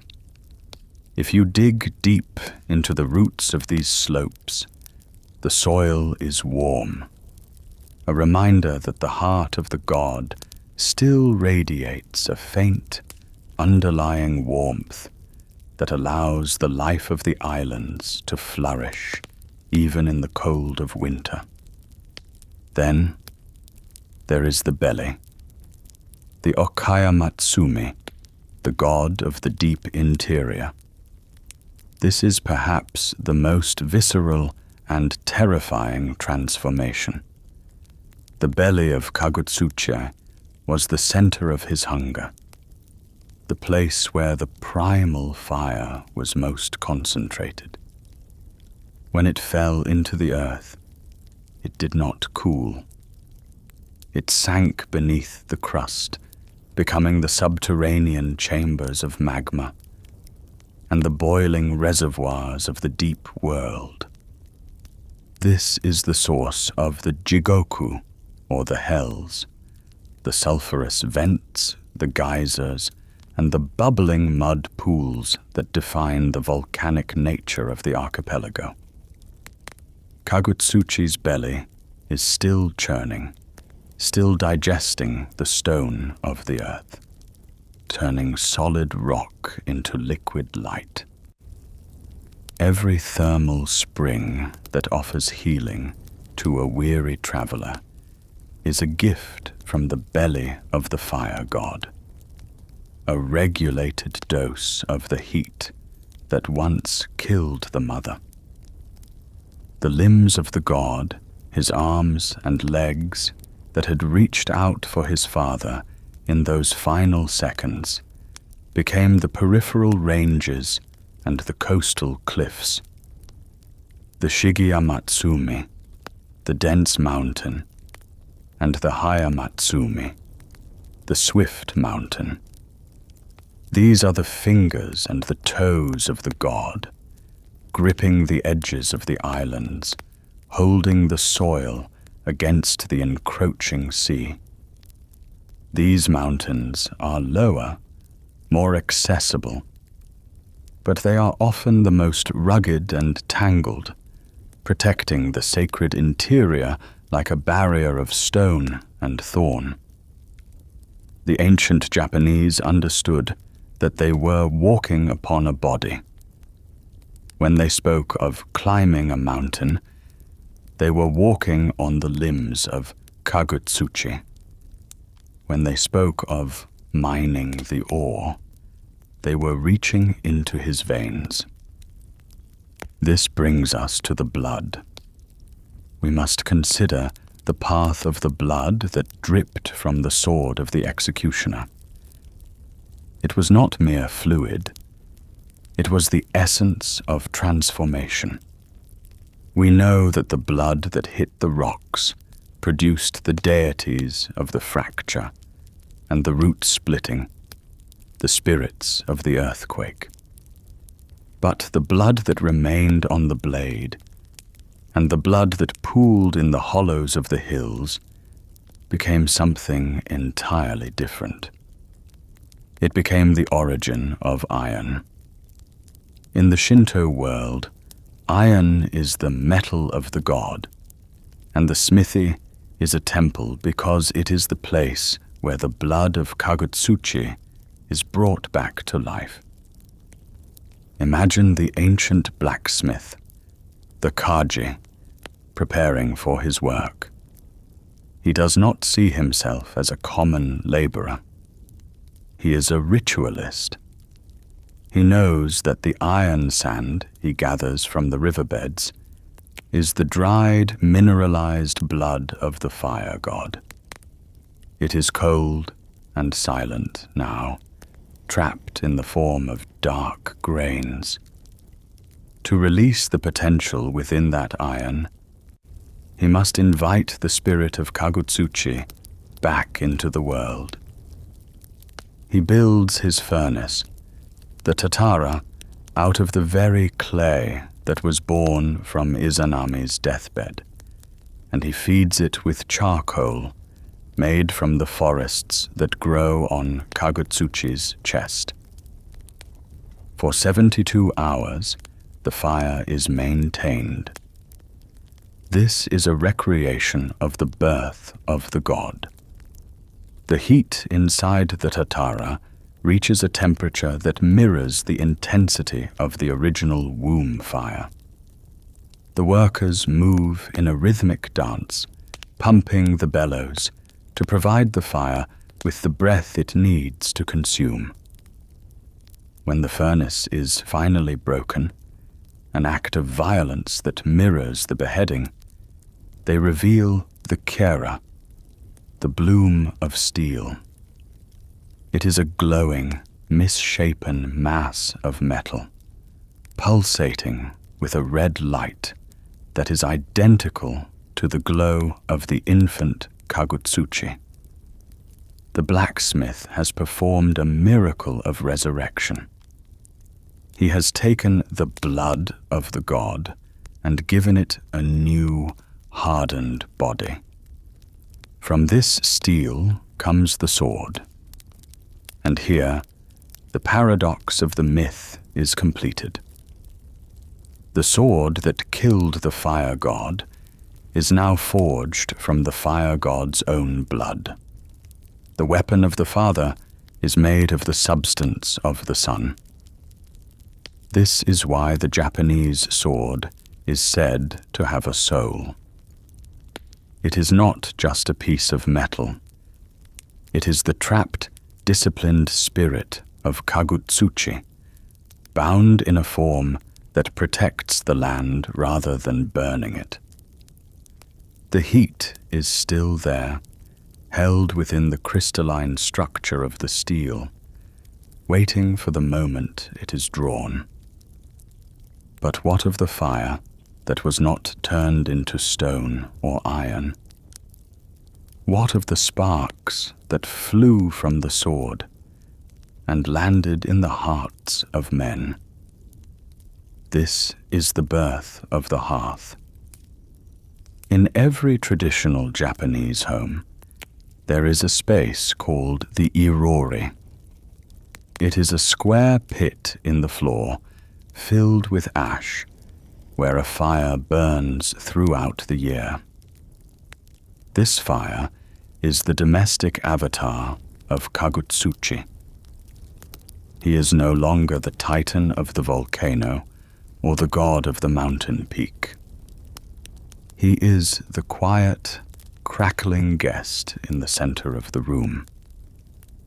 The irori fire was treated with a reverence that is difficult for the modern mind to grasp.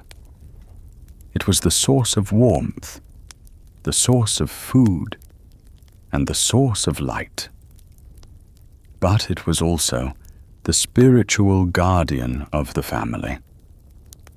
The people believed that Kagutsuchi, in this smaller, gentler form, heard every word spoken in the house. He was the witness to every contract, every marriage, and every birth. To offend the fire was to bring ruin upon the household.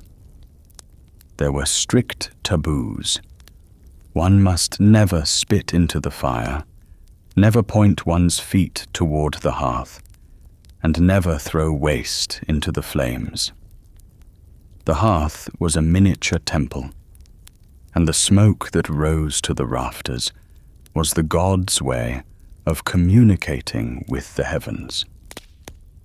Even the ash in the irori was sacred. It was seen as the skin of the fire god, a protective substance that held the heat.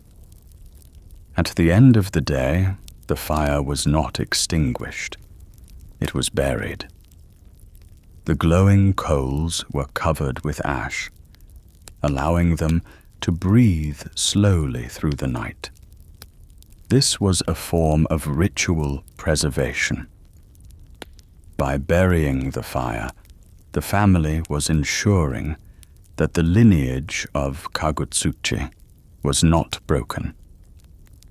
In the morning, when the coals were uncovered and the new wood was added, it was a daily resurrection of the god.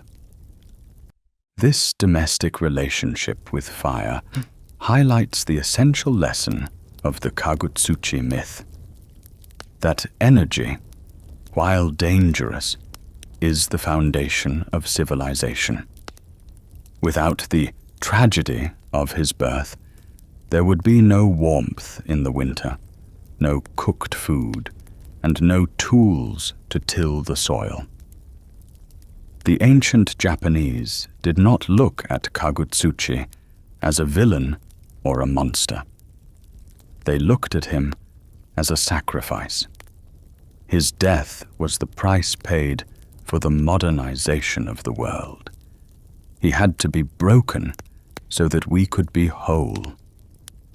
However, the god's Aratamitama, his rough, violent soul, never fully disappeared. While the hearth was his Nigimitama, his gentle, peaceful soul, the people lived in constant fear of his sudden awakening. In the great cities of Kyoto and Edo, fire was the ultimate enemy. A single spark could turn 1,000 wooden houses into a sea of flame in a matter of minutes. When these fires broke out, the people did not see a simple accident. They saw the Kagutsuchi no Kage, the shadow of the fire god, stepping out of the hearth and reclaiming his original, destructive form. To prevent this, a complex system of fire-calming rituals was developed. Twice a year, the Hoshizume no Matsuri was performed at the imperial court. The priests would offer food, sake, and prayers to the fire god, reminding him of his place in the cosmos. They would recite his genealogy, speaking the names of his father, Izanagi, and his mother, Izanami, as if to remind him that he was part of a family and bound by the laws of filial piety. They were trying to soothe the anger of the child who was never held, the god who was struck down before he could know a mother's love. In the mountains of Shizuoka, the Akiba Shrine became the center of fire protection for all of Japan. The deity worshipped there, Akiba Gongen, is often identified with Kagutsuchi in a more protective, disciplined form. Thousands of people would travel to this shrine to receive ofuda, paper talismans, that they would place in their kitchens. These talismans were a contract with the god. By honoring his name, the people were asking him to stay within the boundaries of the hearth and the stove, to be the servant of the household rather than its master. There is a strange, quiet beauty in this arrangement. The god who burned his mother to death is now the one we ask to protect our mothers as they cook the evening meal. The god who was severed by a sword is the one we ask to bless the forge of the blacksmith. Kagutsuchi is the god of the great transformation. He is the bridge between the raw and the cooked, the wild and the tamed, the stone and the steel. As we walk through the modern world, it is easy to forget that this ancient, bloody history still surrounds us.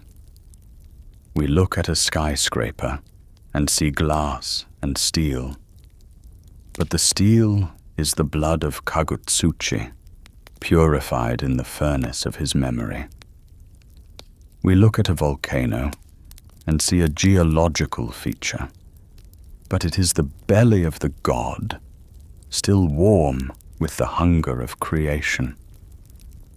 We look at a candle flame and see a chemical reaction, but it is a fragment of the shining elder dancing in the dark, reminding us that all light comes from a source that is both beautiful and terrifying. The god is not gone. He has merely been distributed. He is in the iron of the rails, the clay of the tiles, and the warmth of the radiator. He is the silent partner in our existence, the energy that drives the engine, and the spark that ignites the thought. He is the price of our light. Listen to the world around you. Somewhere, a fire is burning. Somewhere, a mountain is rumbling. Somewhere, a blacksmith is striking an anvil. These are the sounds of Kagutsuchi's ongoing life.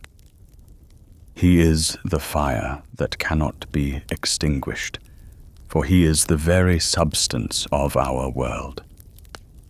He is the child of the ash, and we are the heirs to his flame. The sun is moving toward the horizon now, a great red orb that looks suspiciously like the eye of the god. The air is cooling, and the shadows of the mountains are lengthening across the plains. It is a time for the hearth, a time to gather near the fire and remember the story of how it all began. The tragedy of the floating bridge is ancient, but the warmth of the embers is here, right now, in the present moment. The god who was struck down is the god who lifted us up. This is the ultimate secret of Kagutsuchi. The legacy of Kagutsuchi did not remain frozen in the stone of the mountains or the iron of the blades. As the age of the gods transitioned into the age of heroes and eventually the age of men, the essence of the fire god began to manifest in the very rituals that defined the survival of the Japanese people. We must understand that in the ancient mind, fire was never truly created by man. It was always a fragment of that original divine spark that had burned Izanami and been scattered by Izanagi.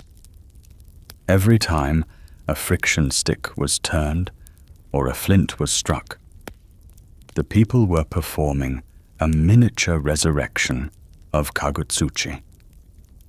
They were calling him back from the rocks, back from the wood, and inviting him to sit once more in the center of their world.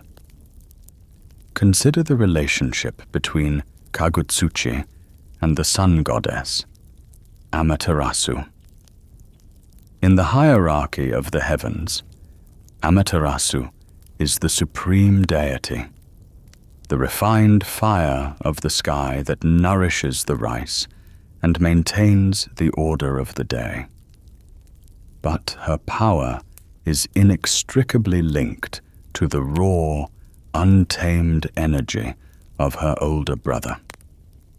When Amaterasu, offended by the transgressions of the storm god Susanoo, retreated into the Ame no Iwato, the heavenly rock cave, the world did not just grow dark, it grew cold. The generative heat that Kagutsuchi had introduced to the islands began to fail. The refined fire had vanished, and in its absence, the raw fire of the earth became stagnant and dim. The gods did not just need light to bring her out. They needed the heat of ritual. During that long night of the world, the gods gathered in the dry bed of the Amaterasu River. To lure the sun back, they had to perform the first great festival of fire and iron. They called upon the blacksmith god, Ishikori Dome, and the metalworker god, Kanayago. These were the children of the metal deities born from Izanami's vomit during the fire birth. Using the heat of the forge, the very heat that is the signature of Kagutsuchi, they hammered the sacred mirror, the Yata no Kagami. This mirror was not just a reflecting surface. It was a vessel for light, forged in the memory of the fire god's intensity. The ritual that followed, involving the dancing of Ame no Uzume and the lighting of massive bonfires, was the first Himatsuri, the first fire festival. It was a demonstration that while the sun provides the light of the day, the fire of Kagutsuchi provides the technology to reclaim that light when it is lost. This historical and mythological intersection gave birth to a culture that is obsessed with the containment and celebration of fire. Throughout Japan, even today, there are rituals that seem like echoes of that primordial chaos. Let us travel in our minds to the village of Kurama, in the mountains north of Kyoto, on the night of the 22nd of October. This is the night of the Kurama no Hai Matsuri, one of the most visceral and atmospheric celebrations in the world. As the sun sets behind the cedar-clad peaks that are the very limbs of Kagutsuchi, the village transforms. The air begins to grow heavy with the scent of pine resin. Massive torches, called taimatsu, some weighing over 100 kilograms, are prepared. These are not mere lights. They are architectural structures of wood and grass bound together to hold a massive, roaring flame. As the night deepens, the young men of the village, dressed only in loincloths and sandals, shoulder these burdens of fire. They run through the narrow streets, the sparks showering over their skin, their voices joined in a rhythmic, guttural chant, Sai-ya, Sai-ryo. If you stand in the crowd, the heat is a physical wall. It dries your throat and stings your eyes. The roar of the torches is the sound of Kagutsuchi's breath. The men are not just carrying fire. They are enacting the struggle of Izanagi. They are carrying the heavy, dangerous energy of the god through the world of men, showing that they have the strength to bear it without being consumed. The festival culminates at the gates of the Yuki Jinja shrine, where the torches are clustered together in a towering inferno. In that moment, the village is illuminated with a light that is not of the sun, but of the earth. It is a celebration of the Aratamitama, the rough soul of the fire god, acknowledged and honored so that he will not turn his rage against the wooden houses of the town. Further south, at the Nachi Falls in Wakayama, another fire ritual takes place that speaks to the balance between the fire god and the water dragons born of his blood. The Nachi no Himatsuri involves 12 massive, fan-shaped shrines being greeted by 12 towering pine torches. The torches are swept up and down the stone steps of the mountain, their flames leaping toward the sky, while the great waterfall, the tallest in Japan, roars in the background. The fire, Kagutsuchi, and the water, Kurao Kami, are brought together in a violent, beautiful encounter. The heat of the torches purifies the path for the spirits of the water. It is a reminder that the world exists in the tension between the steam and the stone, between the spark and the spray. But the legacy of Kagutsuchi is not only found in the spectacular roar of festivals. It is found in the quiet, daily governance of the household hearth. In the traditional Japanese home, the Kamado-gami, the god of the stove, is often seen as a manifestation of the fire god's disciplined self. In the kitchen, Kagutsuchi becomes a servant of the family, but a servant that must be treated with the highest etiquette. There is an old belief in the Sanbo Kojin, the three-faced deity of the hearth. One face is gentle, one is stern, and one is terrifying. This is the perfect description of fire. Gentle when it warms the tea, stern when it demands the correct wood, and terrifying when it escapes the stove. To keep the Kojin happy, the housewife would keep the area around the stove spotlessly clean. Dirty water was never splashed near the fire. Foul language was never used in the kitchen. The hearth was a moral compass. It was believed that if a family lived in harmony, the fire would burn bright and steady. But if there was discord, the fire would sputter, smoke, and eventually bring disaster. This domestic fire was often started using a haiuchi ishi, a flint and steel.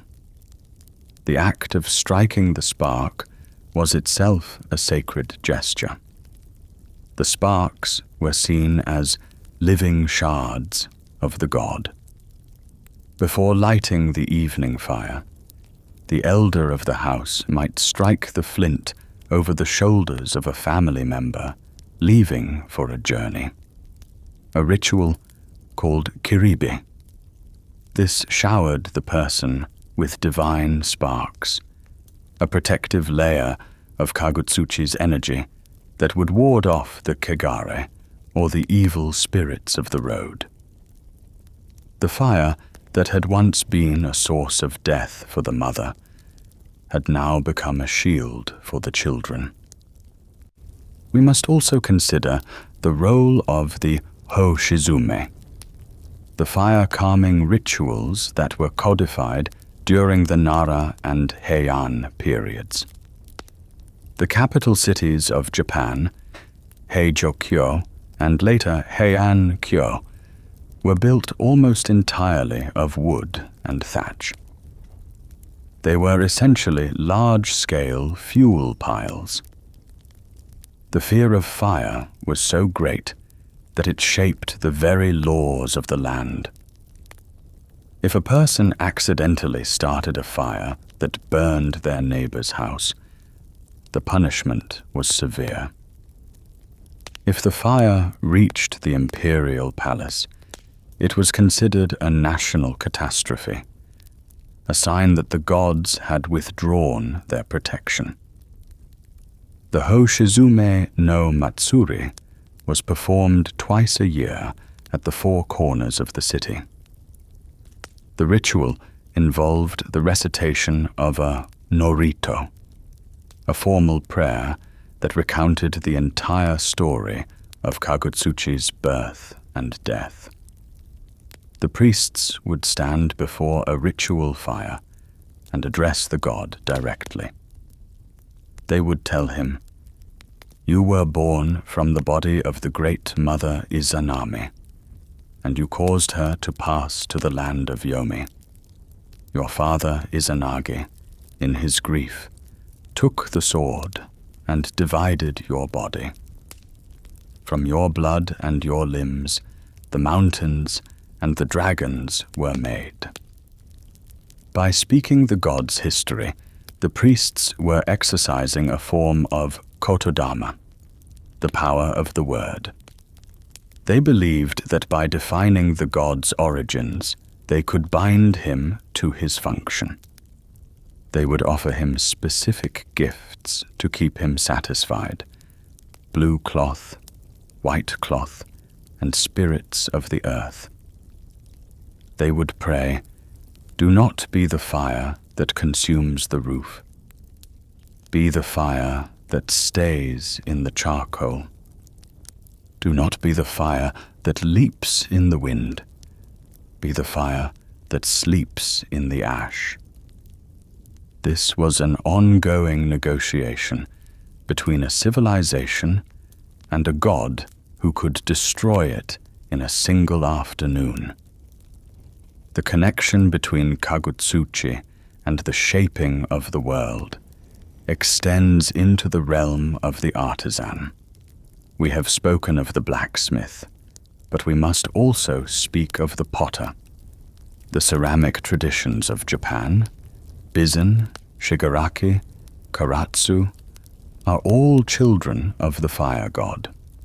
In the anagama kilns, which are tunneled into the sides of hills, the body of the god, the pottery is fired for days at temperatures that liquefy the very ash of the wood, creating a natural glaze.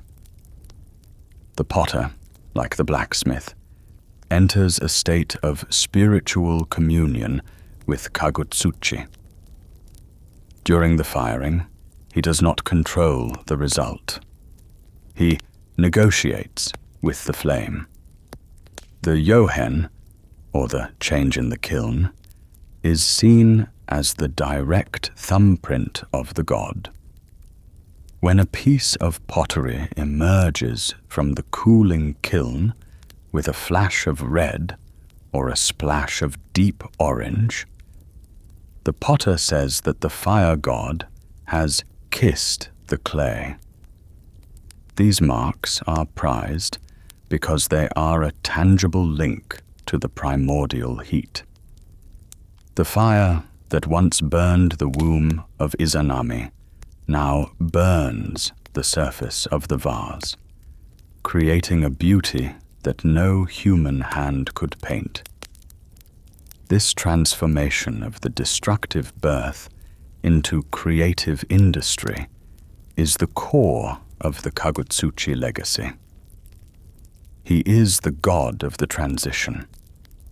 He is the force that turns the soft clay into hard stone, the brittle ore into flexible steel, and the raw grain into life-sustaining rice. He is the engine of the Utsushio, the visible, physical world. Yet, there is a lingering shadow. We cannot speak of Kagutsuchi without remembering the Yomotsu Heigui, the eating of the food of the underworld. When Izanami died from the fire birth and fled to Yomi, she became the goddess of the dead. Her relationship with her son remained one of tragedy. In some regional folklore, it is said that the fires of the world are the eyes of the mother looking back from the dark. When we stare into a fire, we are looking into a portal that connects the world of the living to the world of the dead. This is why fire is often used in funeral rites. The kaso, or cremation, is the final act of returning the body to the elements. The fire of Kagutsuchi consumes the flesh, releasing the spirit to travel to the mountains. In death, the human body follows the same path as the god. It is broken by fire to become part of the landscape. The duality of Kagutsuchi as both a household protector and a cosmic destroyer reflects the Japanese understanding of nature itself. Nature is not kind. It is not cruel. It is simply powerful. The fire that warms your child's hands is the same fire that could burn down your village. The mountain that provides your water is the same mountain that could bury you in ash. To live in Japan is to live in the presence of these fragments of a god who was born in pain and died in violence. As the evening wind picks up, rustling the leaves of the trees that grow on the chest of the mountain, we can feel the temperature drop. The sun, Amaterasu's refined fire, is sinking below the horizon. This is the hour when the domesticated fire of Kagutsuchi becomes the most important force in our lives. We light the lamps, we start the stove, we gather around the heat. The darkness of the night is a reminder of the darkness of Yomi. It is a reminder of the void that existed before the spear stirred the brine. But as long as we have the spark, as long as we have the memory of the shining elder, we are not lost. We carry a piece of his divinity in every matchstick, in every pilot light, and in every glowing ember of the charcoal. He is the god who was beheaded, yet he is the god who remains in our hands. He is the tragedy of the parents, but he is the technology of the children. He is the fire that burns, and he is the fire that saves. Listen to the crackle of the wood in the fireplace. That sharp, popping sound, that is the rock splitter speaking. Look at the blue core of the flame. That is the swift fire breathing. Feel the warmth on your palms. That is the lingering heart of the sun who was sacrificed so that the world could have a shape. The story of Kagutsuchi is the story of the price of progress. It is the story of how we learn to live with the dangerous gifts of the gods. We do not fear the flame, we respect it. We do not hide from the mountain, we honor it, for we are all living on the body of the fire, and we are all warmed by its ancient, aching memory. The silence of the night is coming now, but the hearth is still warm. The ash is settling, holding the heat for the morning to come. The cycle of the birth and the death and the rebirth continues, measured in the pulses of the earth and the flickering of the lamps. The fire god is asleep in the charcoal, but he is never truly gone. He is waiting for the next strike of the flint. To look upon the flame is to look upon the very breath of the cosmos, but to understand Kagutsuchi one must look into the silence of the Japanese language itself. In the ancient tongue of the Yamato people, words were not merely labels. They were kotodama, spirits with the power to manifest reality. The word for fire is hai. But as the shadows lengthen and the embers in the hearth begin to pulse with a deep, rhythmic red, we realize that this syllable is the root of a much larger spiritual landscape. Hai is the word for fire, yes, but it is also the word for the sun. More profoundly, it is the word for spirit or vital force. When we speak of the hai of Kagutsuchi, we are not just talking about the chemical process of combustion. We are talking about the internal spark that resides within every living being, the warmth that separates the living from the cold rigidity of Yomi. The ancient scholars and priests who whispered the prayers of the Engashiki understood that Kagutsuchi was the progenitor of this vital heat. When a child is born, the warmth of its new body is seen as a fresh spark of the fire god's essence. When an elder passes and the body grows cold, it is said that the hai has departed, returning to the Great Mother or the mountain peaks. This linguistic bridge between fire, sun, and soul creates a reality where Kagutsuchi is never truly dead. He is the metabolism of the world. He is the heat in the blood that allows the heart to beat.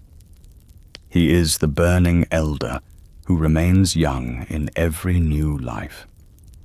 To live is to carry a fragment of Kagutsuchi's tragedy within one's own chest, a warmth that was bought with the death of the Creator Mother.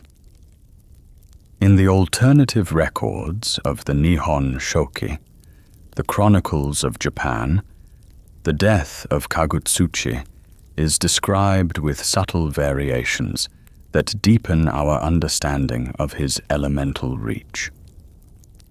In one version, the blood that dripped from the sword did not only produce the gods of thunder and rock. It is said that as Izanagi swung the 10-grasp sword, the power of the strike was so immense that it shattered the fire god into 3 distinct spiritual tiers.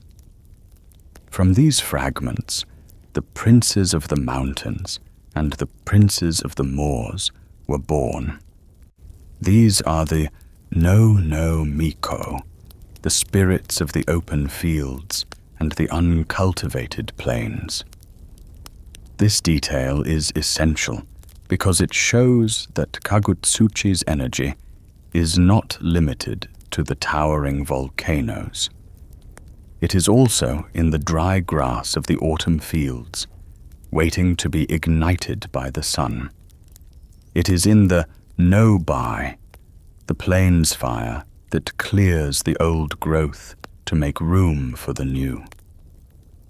Even in his destruction, Kagutsuchi is the gardener of the islands, providing the ash that fertilizes the soil of the common man. Consider the relationship between the sword and the fire as it is presented in these primary texts. The blade, Ame no Ohabari, is sometimes called the heavenly point blade. It is a tool of division, but in the hands of Izanagi, it became a tool of multiplication. When the blade struck the neck of Kagutsuchi, it acted like a prism, breaking a single white light into a rainbow of specific deities. In the Nihon Shoki, we hear of the birth of the Kura Mitsuha, the dark water spirit, and the Kura Okami, the dark mountain dragon, but they are joined by the Taka Okami, the dragon of the high heavens. This creates a vertical axis of fire and water. The dragon of the depths and the dragon of the heights are the two pillars that support the atmospheric cycle. The fire of Kagutsuchi is the engine that drives this cycle. It is his heat that draws the water up from the valleys to the clouds, and it is his blood, in the form of the thunder sword gods, that breaks the clouds to let the rain fall. The god who was killed became the climate itself. This leads us to the concept of the tama, the soul or the jewel. In the spiritual forge of the Japanese mind, the human soul is often compared to a polished stone or a glowing coal. It is something that must be tempered, just as the iron of the sword must be heated in the forge of Kagutsuchi to be strengthened. The human spirit must encounter the heat of life, the passions, the sufferings, and the challenges, to reach its refined form. This is the philosophy of the Shugendo, the mountain-dwelling ascetics who walk through the fire to purify their souls.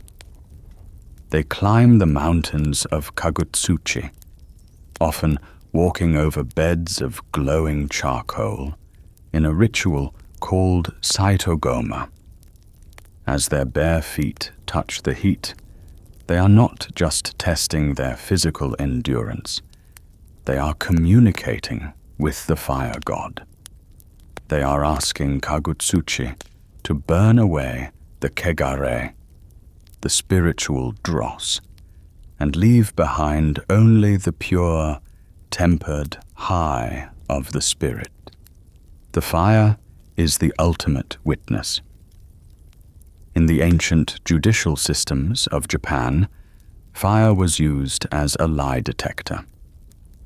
In the Kukatachi trials, suspects were forced to reach into boiling water or walk through flames.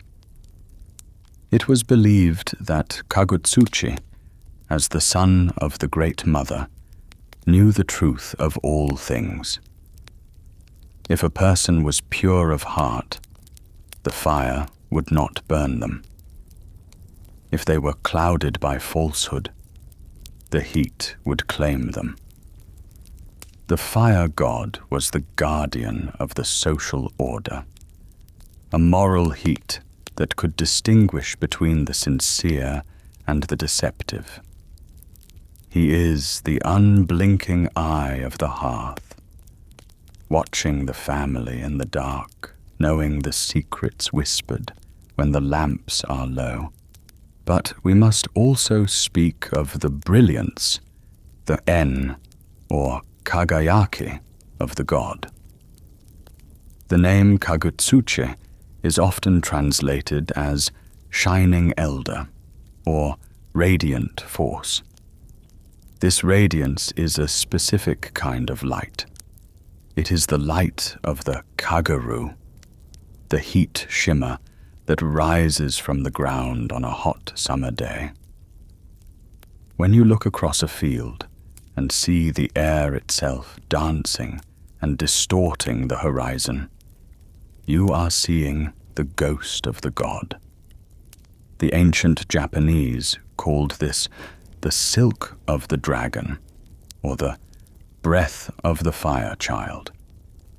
It is a reminder that even when there is no visible flame, the energy is there, moving the air, shifting the perception of reality.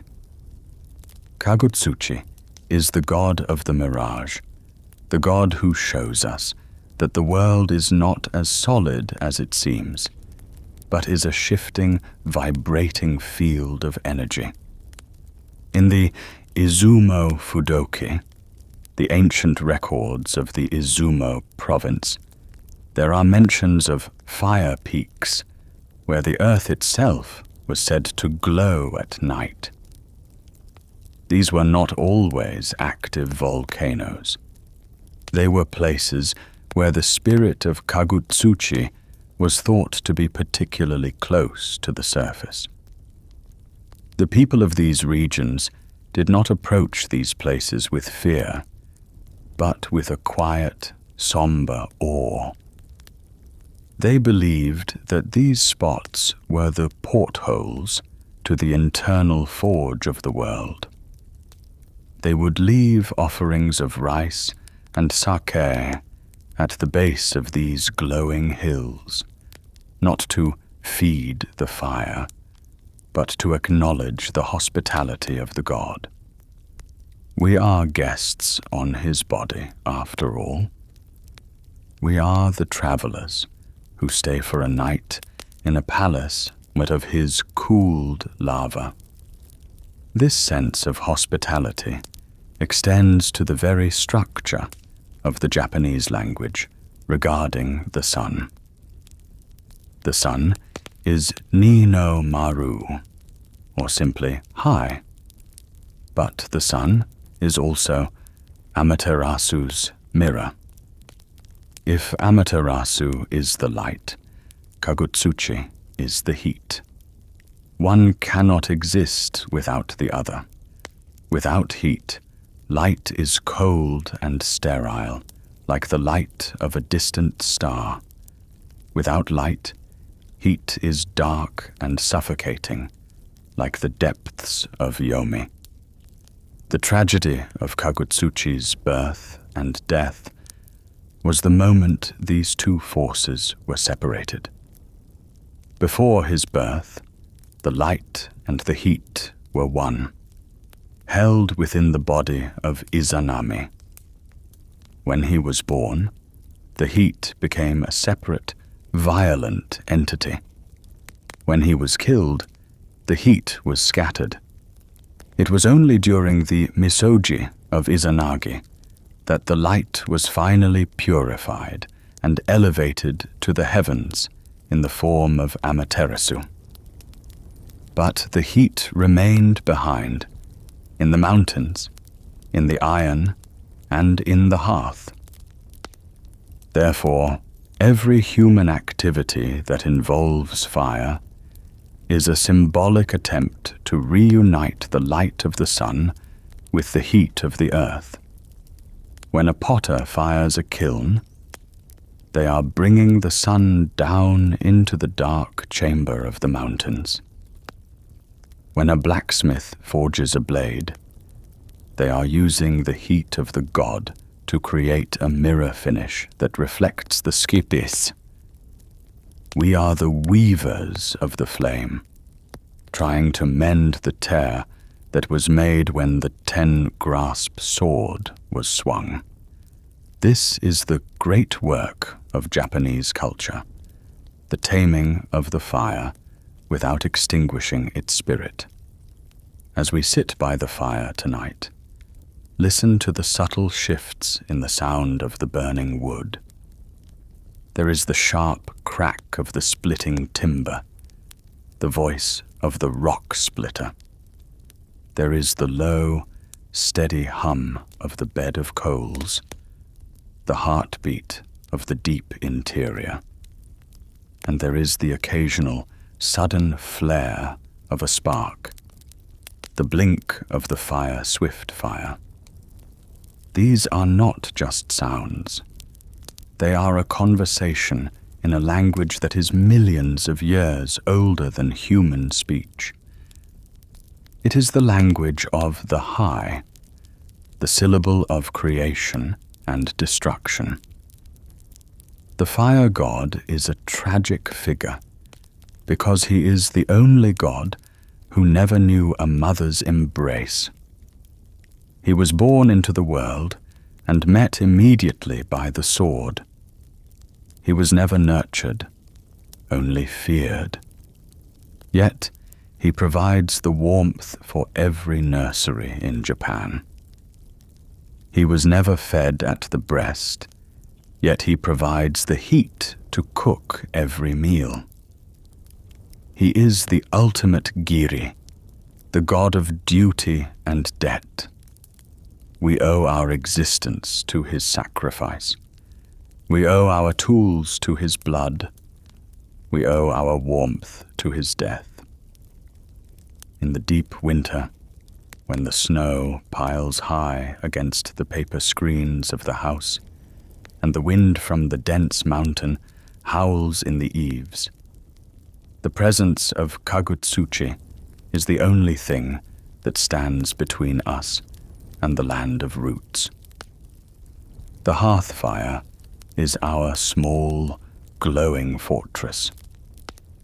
As we stir the embers, we are not just moving coals. We are tending to the memory of a god. We are making sure that the shining elder stays awake, keeping the shadows of Yomi at bay. The concept of en, or spiritual connection, is often visualized as a thread. But in the cult of the fire god, it is a spark. We are connected to the past by the continuous line of fire that has been passed down from hearth to hearth, from generation to generation. It is said that at the great shrine of Ise, the fire used to cook the offerings for Amaterasu has been kept burning for over 1,000 years. It is a fire that has never been allowed to die. This is the eternal Kagutsuchi, a flame that links the modern age directly back to the age of the gods. When a priest at Ise blows upon those coals, he is breathing the same air that Izanagi breathed on the floating bridge. This continuity is the backbone of the Japanese spirit. It is the realization that we are not separate from the myths. We are part of the unfolding story of the fire. The fire in your eyes when you feel passion, the heat in your hands when you work the soil, the warmth in your heart when you remember a loved one. All of these are the high of Kagutsuchi. He is the energy of life itself, refined by the sword of time, purified by the water of the river, but still burning with the raw intensity of his origin.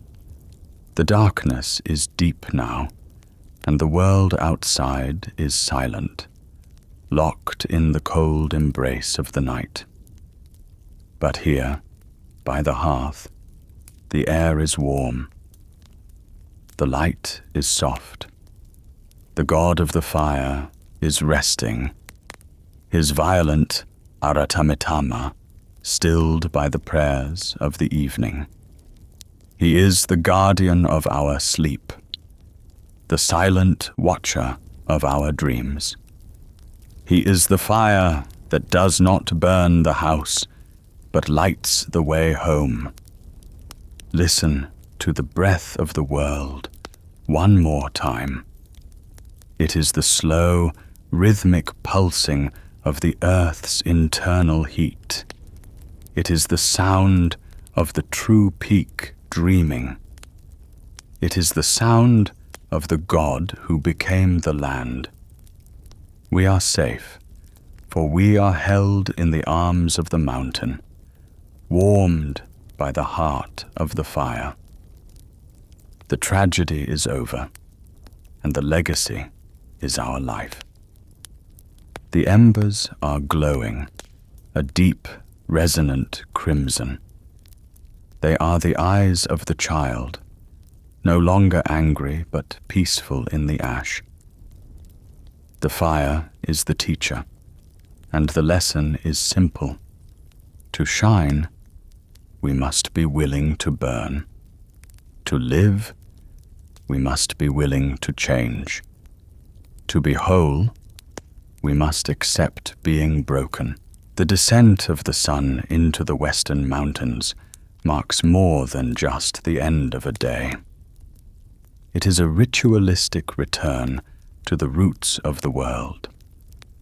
As the sky turns a deep, bruised crimson, the very color of Kagutsuchi's first breath, the modern landscape of Japan begins to glow with a different kind of fire.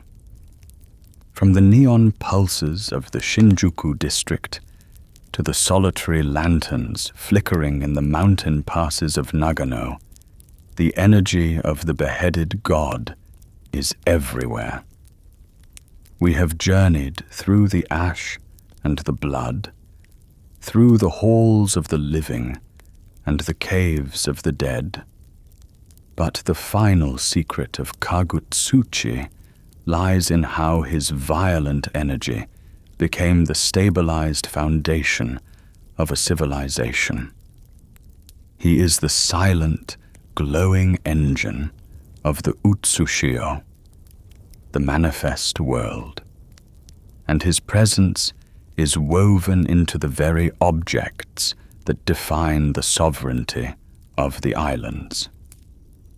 Consider the three sacred treasures of the imperial house: the mirror, the jewel, and the sword.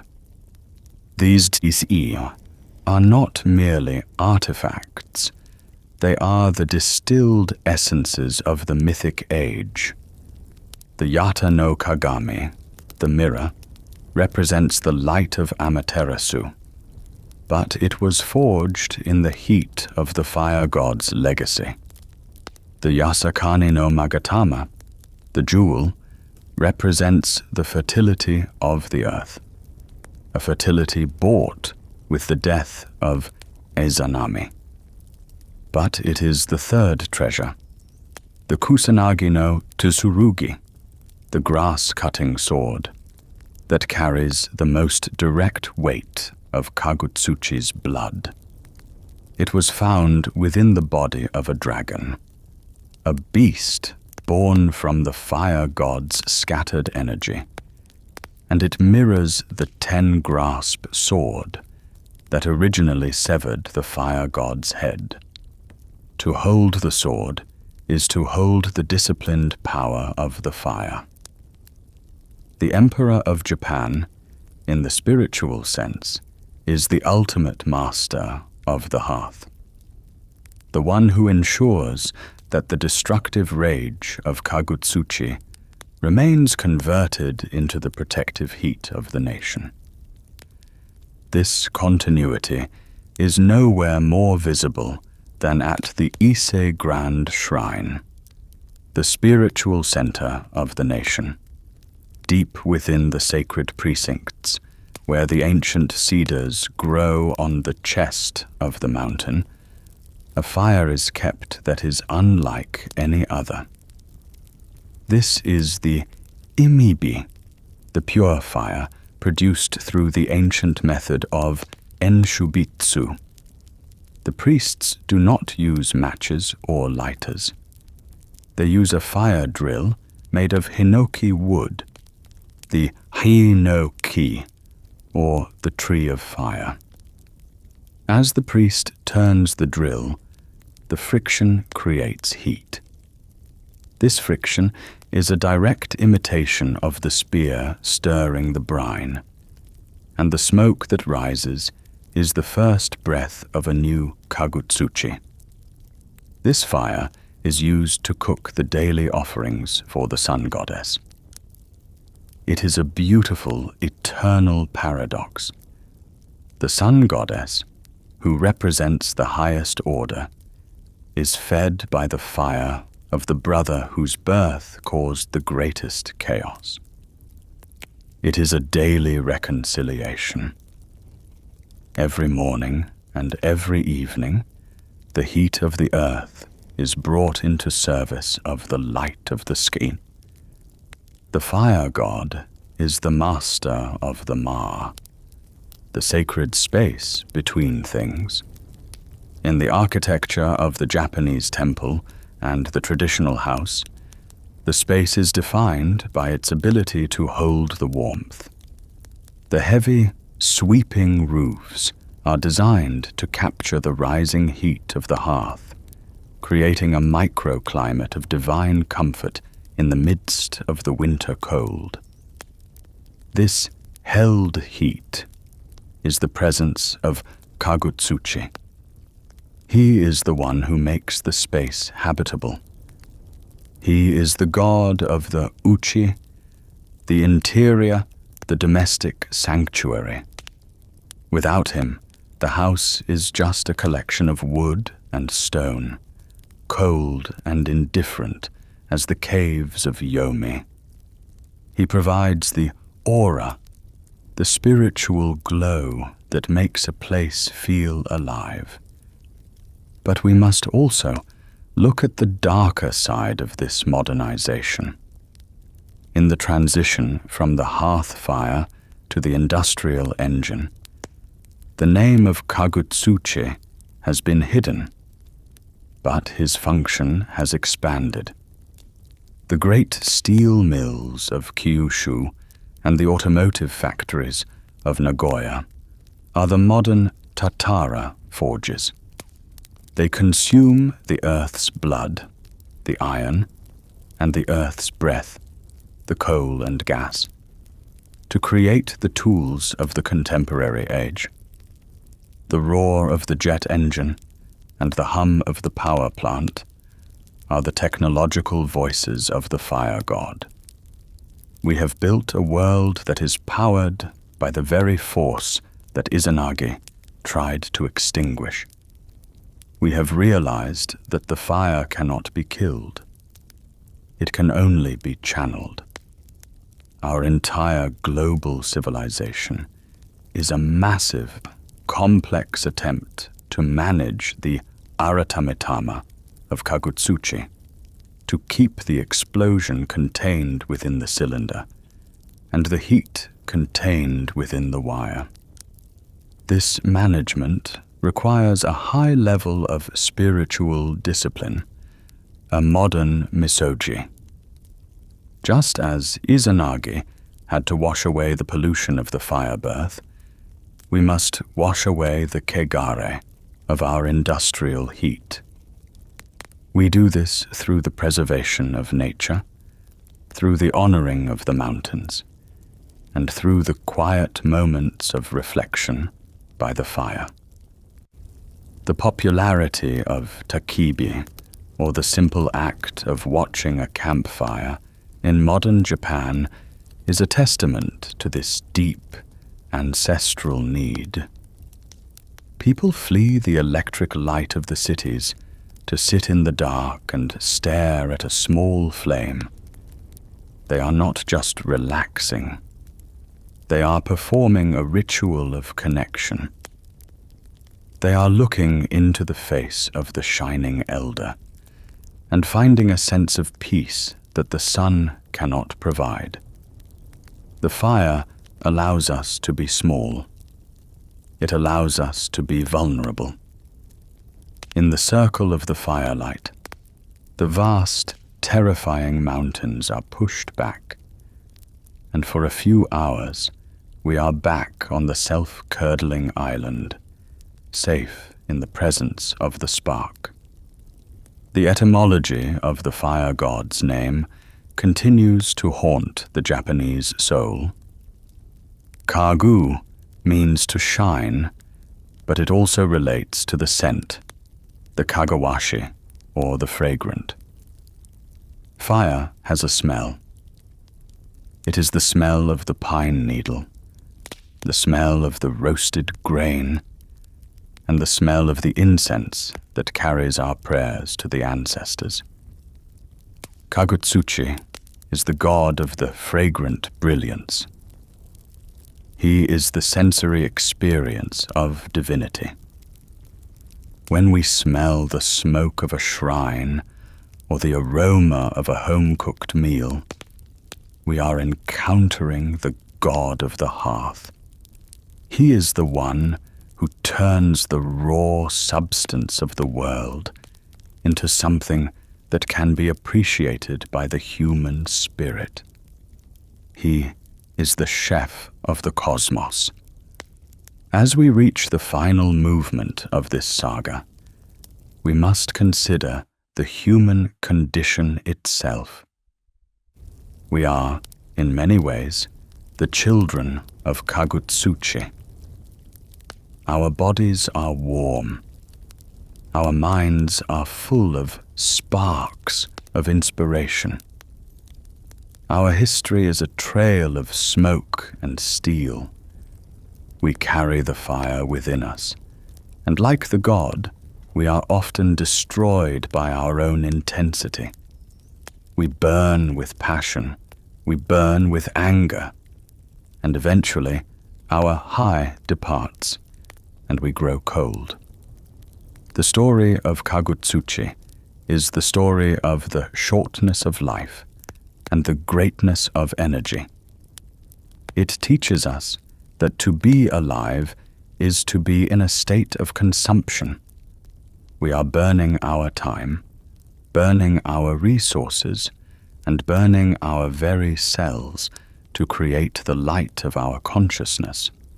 The death of Kagutsuchi was necessary because a world of pure fire cannot support life. But the existence of Kagutsuchi is necessary because a world without fire cannot support spirit. We live in the balance. We live in the warmth between the freezing void and the scorching sun. We are the beneficiaries of a divine tragedy.